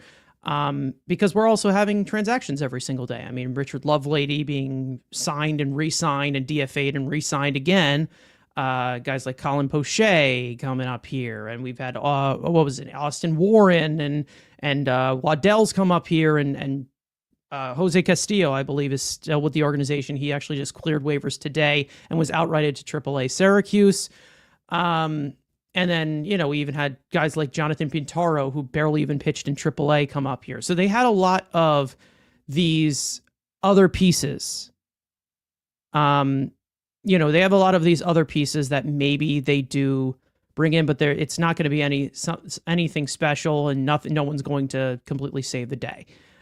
Brooks Raley could be someone to deepen the bullpen, but he's not going to sit here and be the bridge to Edwin Diaz completely. Like, they're going to ease him in. They are going to ease him in. He's coming off of Tommy John surgery, so it's not going to be something of like, oh, well, once we get Brooks Raley back, the bullpen is going to be fine, and we can get rid of this guy, we'll be fine. He's coming off of Tommy John surgery, so they're going to ease him back into the bunch, and hopefully by, I don't know, September, he'll be able to be at full ramp up. It was good to see him do an up-down yesterday. I was actually wondering when that was going to happen. But he was able to get 5 outs, which is good on 17 pitches. How efficient is that? That's awesome. But again, hopefully, we can add a little bit more depth to the bullpen with a guy like Brooks Raley, but it's not going to be tomorrow. It isn't. It will not. But hey, it's anything. Okay, so some other things that we have to get into here. I do want to go to the positive side here for once, because we're in a rough spot right here. We have to talk about the one highlight of this June stretch, and that being Juan Soto, who has turned on the Jets to a different level in June. He's been remarkable. And I do want to do a little bit of a highlight of it, because obviously the first 2 months were not Juan Soto. They obviously were not.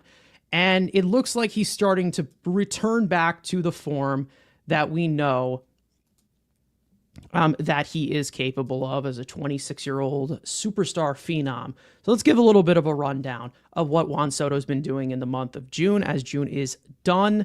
And we go on to July. He is shuffled and adjusted. It looks like at this point, Juan Soto looks to be Juan Soto again.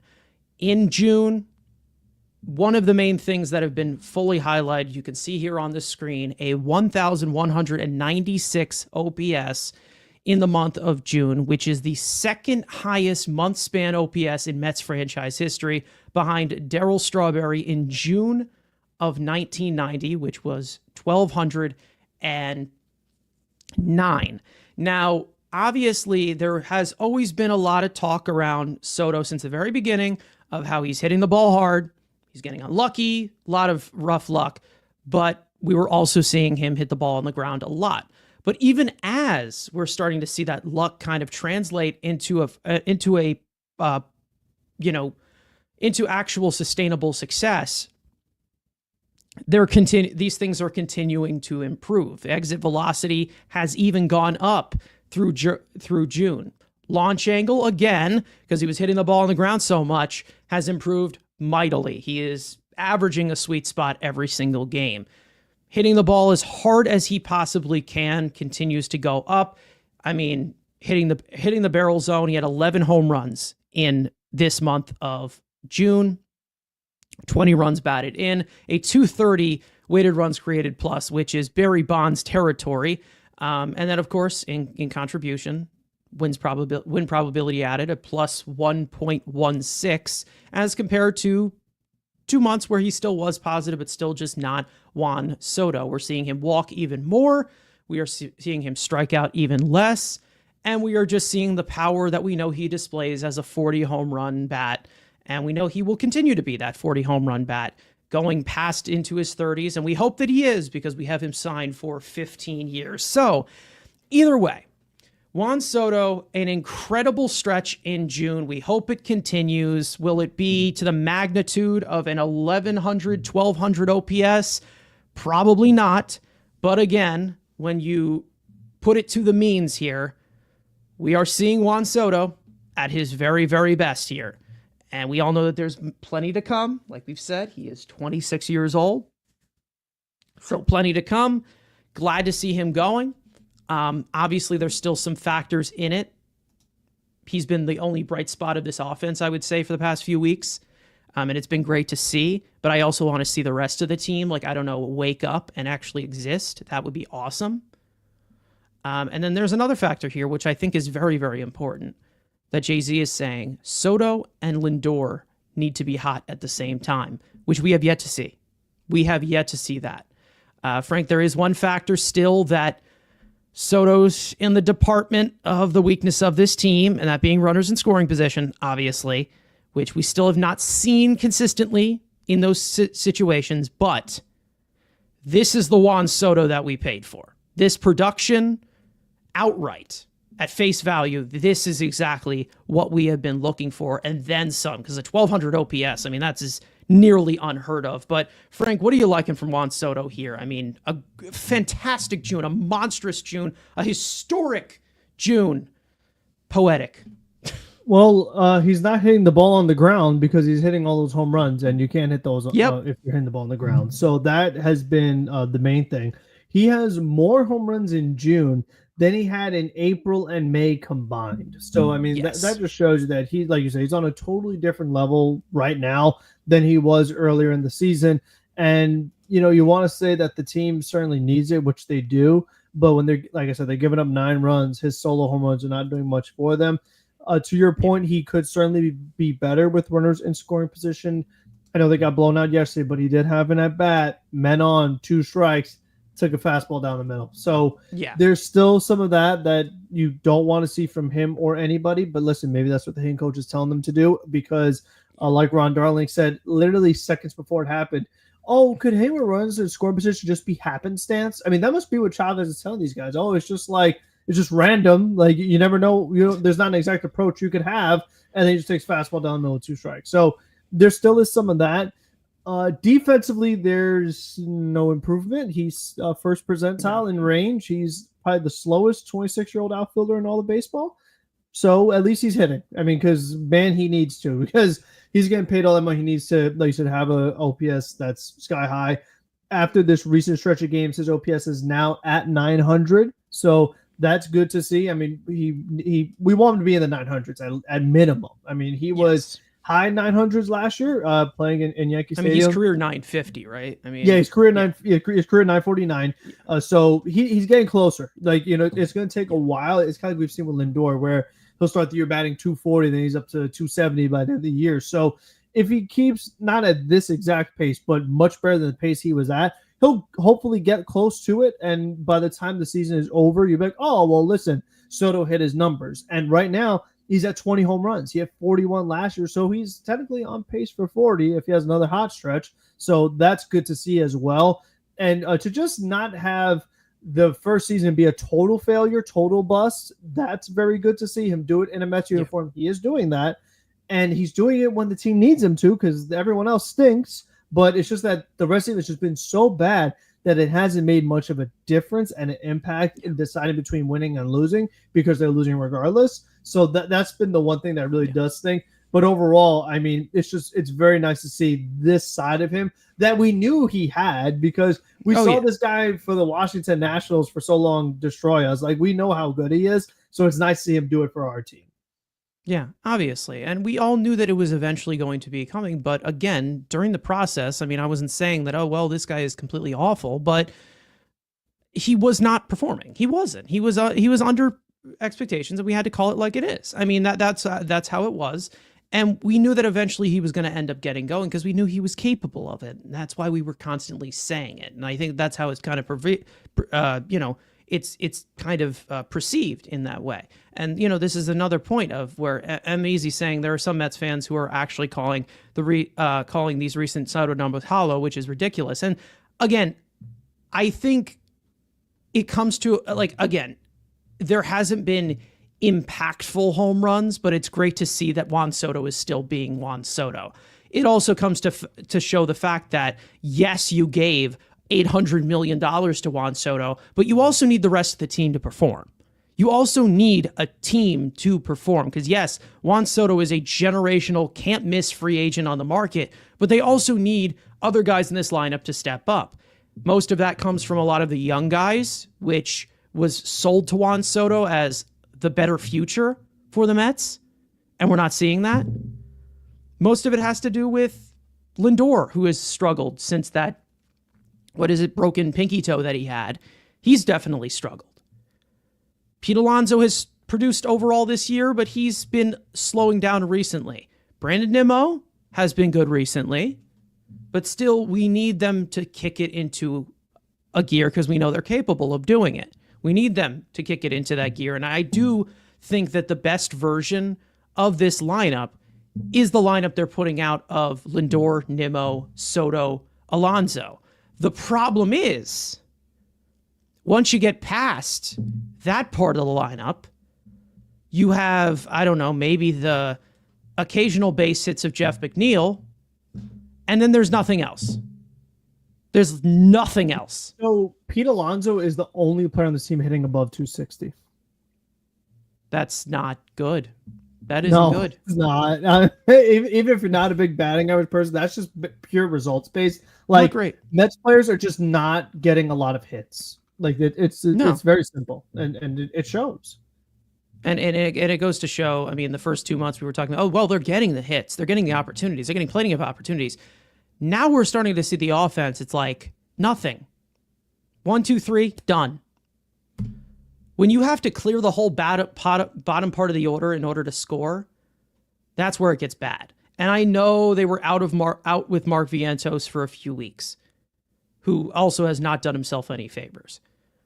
And they don't have Winker to deepen the lineup and things like that. And they don't have the glorious prospects that apparently are going to save the day. But someone's going to have to step up.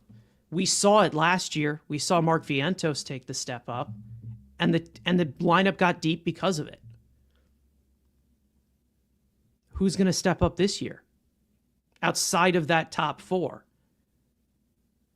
Because the 5 after that, what is it going to be? I don't know. I don't know what that is going to be. And I do think that they do need to add a bat at the deadline. Who will that be? I don't know. We'll get into that eventually in the next couple of weeks because there's going to be some trade deadlines talks starting to elevate a little bit with it being, July 31st or August 1st? I don't know. It's around there. And it's going to be impressive. It's going to be impressive the amount of rumors we're going to hear. Because there's a lot of the pivotal point. And I'm hoping that they're more aggressive this year. And if they're not, you're going to start to see a little bit of a turn from me of someone who's been very patient with David Stearns. I promise you that. I do. Because there's been a lot of instances where I understand where Stearns is going. But in the position that they're in, you don't just sign Juan Soto to an $800 million contract and then half-ass it for the rest. That's just awful allocation in general, which I trust David Stearns to make that decision, and I'm giving him my trust, but it could instantly be taken away if they don't approach this the right way at the deadline. And that all has to do with this guy, Juan Soto, in the center of it. But either way, Juan Soto, fantastic month of June. Let's have another fantastic month of July. Seems like he's starting to get equipped with it. Doesn't seem like he misses the Yankees anymore, right? No? Does he? I don't know. I still see him crying in the dugout. Very unhappy to be here. He hates it here. I'm still seeing cry in the dugout a few times. I don't know if anybody saw that. So I still think that he does. All he had to do was Judge. flip a water bottle in Los Angeles, and then all of a sudden he was happy again. They just gave him water bottles earlier. I don't know. It's very high strung, I guess. It's very high strung. I don't know. But it looks like the adjustment's been made. It looks like he's getting into that rhythm, and we are happy to see it. We definitely are happy to see it, and that's really, really good going forward, especially for this team that has been starved for offense.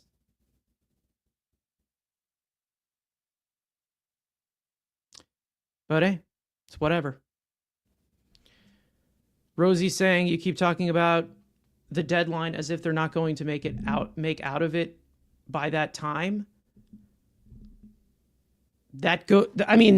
Listen, that comes to show, what do they have in store? They have to step up. Again, they do. They have to step up. And again, that's the thing. That's the time crunch that you're in right now.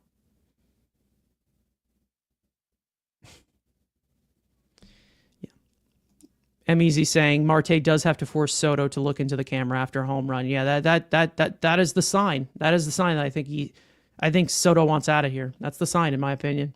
That's rough. It's very, very rough.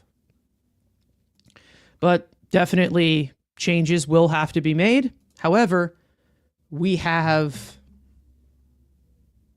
a little bit of a window before that happens.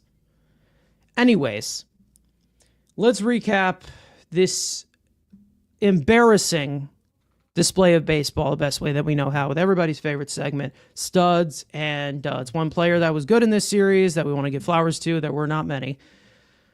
One that was horrible, which I think we can list off forever like a constitution. Frank, I'll go to you for the stud of this series. As long as you want to search, it is completely understandable, because this is... there was not much great here. There really wasn't. No, as someone who was there when the Constitution was being assembled, there definitely is a better things to watch. I'll give it to a guy who I talked about in the recap. I said, he's super underrated this season. Brandon Waddell. 3 scoreless out of the bullpen didn't matter. You're down 9-2, but with how it's been going for this bullpen lately, it's like you needed some length because the rain delay and Blackburn, he came in the second inning, he had to take him out immediately. So it's like you had to, like we said, just get the innings some way, somehow. Get the outs without giving up a ton of runs in the process. And Waddell did that. And it just seems like they've called him into a lot of different situations.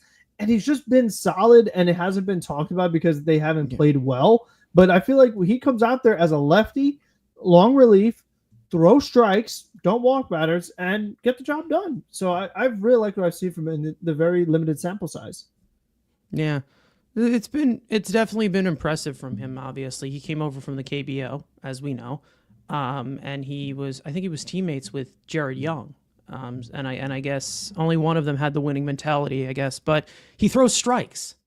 He throws strikes. That's literally it. He contact manages.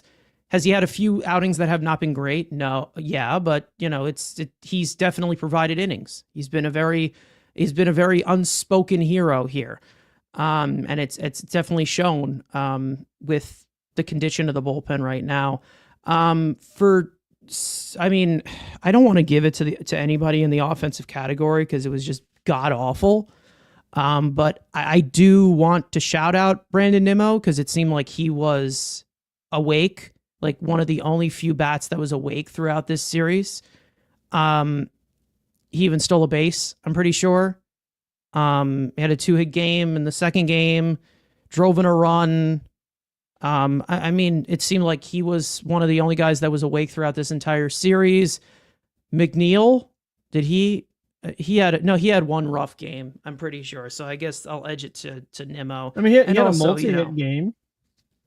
Did he have a multi-hit? Okay. But yeah, he did. So did Nimmo. So I'll edge with Nimmo here, and also, giving credit to Jeff McNeil. That's really hard for me to do.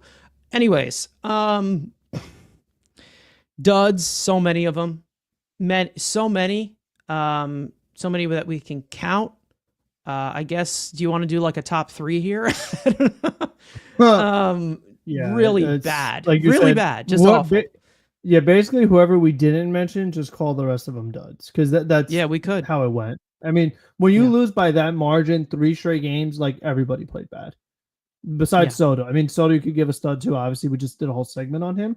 But other than that, you can just give to everyone else. And that's fine. Lindor was not good in this series at all. Didn't seem like he was there as much. And he's obviously struggled. It's like he's playing on 9 toes instead of 10. That could be rough. It could be rough. I don't know. But yeah, he has not been good recently. Montas, terrible. Blackburn, terrible, which not entirely to his fault because they put him back out there after that rain delay. David Peterson, awful. And then Huskar Brazaban, what was that? What in the world was that? In that second game, completely taking them out of it. And then there was one other guy that you can put out there.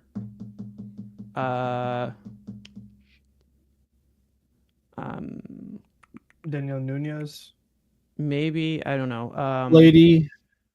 Lovelady. You can put Richard Lovelady in there, guy who I wanted like 3 years ago. But hey, Tidwell, Peterson, another one. Peterson, yeah. I mean, so many guys. Vientos, Tyrone Taylor. Like, take your pick. Poche, I'm sure you got DFA'd after the thing. Like, it's just a mess. Just a shit show completely. All right, I want to move on from it because it's been a nightmare these past 72 hours of watching Mets baseball. So let's get into future Mets baseball, and that being their series with the Brewers, which can't be worse, right? Anyways, let's get into these pitching probables. We'll preview things coming up, obviously, for with this team, this rundown of this Milwaukee team. Which we are somewhat familiar with, but there's some new guys out there that they added in. So here are your pitching probables going into this series. Game 1 will go to Clay Holmes. He's looking to continue his consistent start to the season, now passing the 80 inning threshold for the first time in his career as a full-time starter. And he will face the criminally underrated right-hander Freddie Peralta. First pitch is criminally. First pitch is tomorrow at 7:10 p.m. Eastern Time on SNY. Game 2, Mets pitching prospect Blade Tidwell will start Game 2 in place of Griffin Canning, who is done for the year. He'll face the rookie phenom Jacob Mezorowski. Did I say that right? I think I did.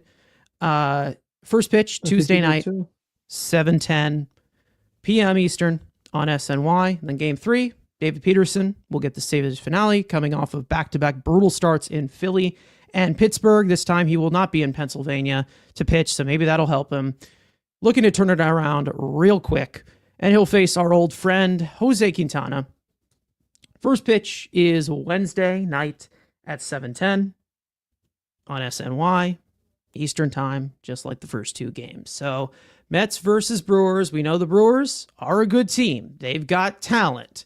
This is definitely not Pirates. This is a different level. So, this is obviously a Brewers team. Are they still in first place? They're in playoff position. No, they're 2 games behind the Cubs. Okay. The Mets are like a half game better than the Brewers. Oh, sick. For now. Okay. For now. Yes, for now. Okay, so yes. So the Brewers are in playoff position. They're in that second wild card right now. They are, they're close with the Cubs right now for first place in that division. So again, this is a Brewers team that they're going to meet their match here. This is not one that you can completely sleep on because you don't know many of the players, even though they lost. What was it? Willie Adames is no longer there. He's been terrible anyway. They don't have Devin Williams anymore. No. But they still move along as a good team in the regular season. So it's not like it's going to be completely a blowover of a team that you should beat or whatever. This is definitely going to be a tough matchup for this Mets team. But either way, Frank, going into this series, is there any other notes? Obviously, we know that their lineup had some really good performers and some like really bad depth in it, or at least it was. I don't know if it's continuing like that. I mean, we just saw this team in the postseason. We kind of know what to expect a little bit. If you thought, I mean, someone did a great comparison of like the Rays of the National League. Ricardo, like this is a very good comparison because you know that the talent on paper doesn't seem great, but they're going to put the ball in play. They're going to play small ball. They're going to steal a lot of bases, and that is going to present challenges for the Mets. It did in the regular season last year. The Mets did a good job with it in the playoffs. It didn't burn them. But you know that Bryce Terang and Sal Frelick and Jackson Churio or Kristen Yelich, like all these guys are pests. And you got Rhys Hoskins, certified Met killer. So it's like, you know how it goes. I mean, you've played them before. Like, you know what they're capable of. And that pitching matchup with how we just talked about, like the state of the Mets rotation, how bad the Mets pitching has been. To go up against this pitching, Peralta, Mezorowski, Quintana, doesn't look good. I got to be honest with you. I mean, like I said last episode, oh, the Mets should sweep the Pirates. Those guys stink.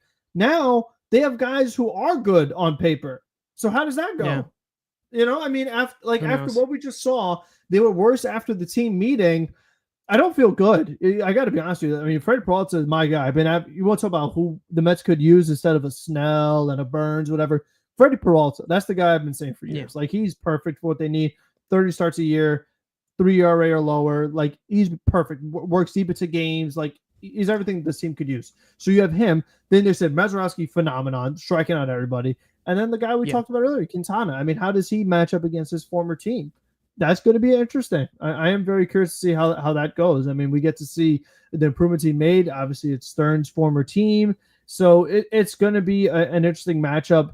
It's not who you want to face when you're struggling. It's not the team that you feel like, oh, this is just who we want to face to get back on track. It's quite the opposite. So it's going to be a good test for them because, Cohen tweeted and they're in a bad way right now. They have a day off today. So it's a pretty big series for them. I mean, let's see. Are you able to bounce back or are you just going to continue to slide and, let a team like the Brewers get past you, let a team like the Cardinals get past you, and your road to the postseason becomes a lot more difficult.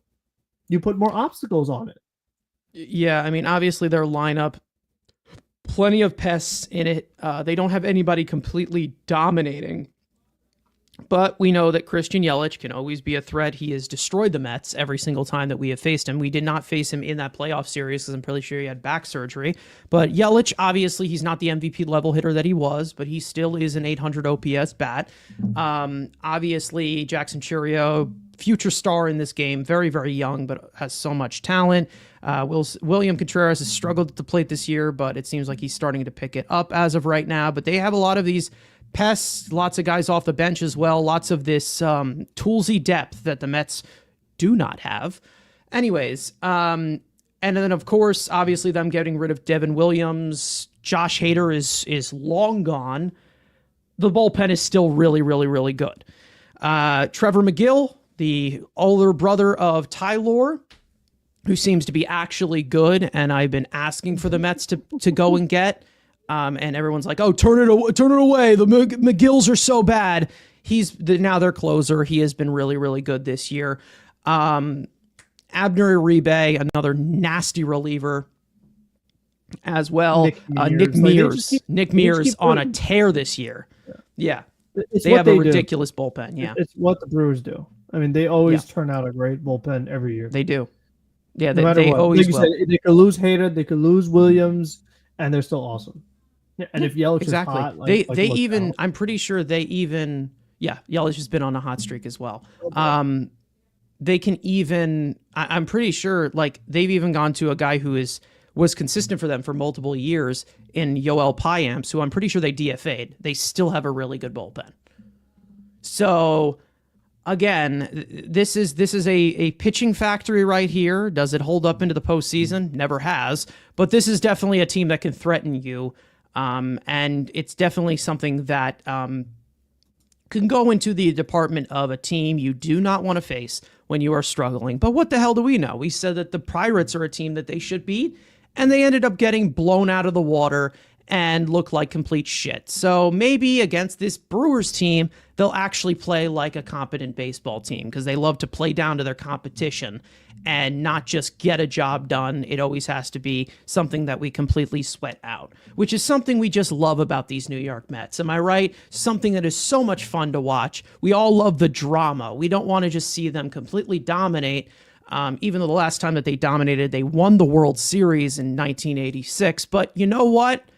It's more just about the journey, right? It's more about just losing hair, going bald, sweating things out, and constantly being stressed out, watching the team, wondering if the offense is going to show up. Yeah, that wasn't sarcasm at all. But either way, Brewers, good team. Don't sleep on them. They're going to give you quite a fight for these 3 games, and they got to get back on track. They have absolutely no excuses. Like we said, there is plenty of time until the trade deadline, so they're going to have to figure it out, or we are going to have to get to the measures of different measures before the trade deadline even starts. They are 11 games over 500, and hopefully, I don't know, maybe they just need to get to the All-Star break. I don't know. I have no clue. Ricardo's saying just go 500 with the rest of these games before the break. That could be a possibility. Maybe that does happen. I just want to see them win a game, to be honest, first. I want to see if they're actually capable of winning a baseball game first. Game by game, step by step, day by day. Take it slow. Just take it slow. Do what you need to. Focus. Focus. Focus in. Realize the situation. Put the ball in play if you need to with runners in scoring position. Little things. We're not asking you to do everything and score 20 runs every night. We're asking you to be efficient. That's it. That's all I ask. I'm giving pep talks right now. Anyways, Frank, any last comments before we wrap this thing up?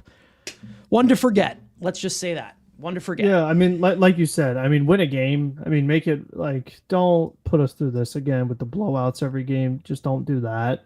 That'd be nice. Hit with a runner in scoring position. Hopefully. I'm not counting on it, but you should do it. I mean, it's July now, so I mean, June's over, so we can't say, oh, you had a bad June. The June swoon, there's no more June. So have a better July. Yeah. And then after this series, there'll be fireworks, right? It's 4th of July, right? Well, they're the home team, so there won't be many fireworks, but you know. Anyways, let's end this one off here before I just completely go insane. Thank you guys so much for watching, listening. We hope you guys enjoyed the conversation. For those of you watching or listening on playback, you want to join the conversation live in the future, make sure to subscribe to the Mets Weekly YouTube channel. Turn on those post notifications to know when we go live. Make sure to follow Mets Weekly on X and on TikTok for Frank's instant reactions after every single regular season game. Those are the Mets Frankly post game. And also follow us individually, including our third Mike Andrew, who's not here. And finally, let's go Mets. Please don't get any worse, because we're going to get to a feral state. Let's just say that if this continues. And I don't think we want that. It may be a little entertaining for us to rage at it, but I don't think anybody wants that. We want this team to win. We want this team to succeed. Unicorns, rainbows, and butterflies. Anyways, we will see you guys next time. Thank you guys so much for tuning in. See ya.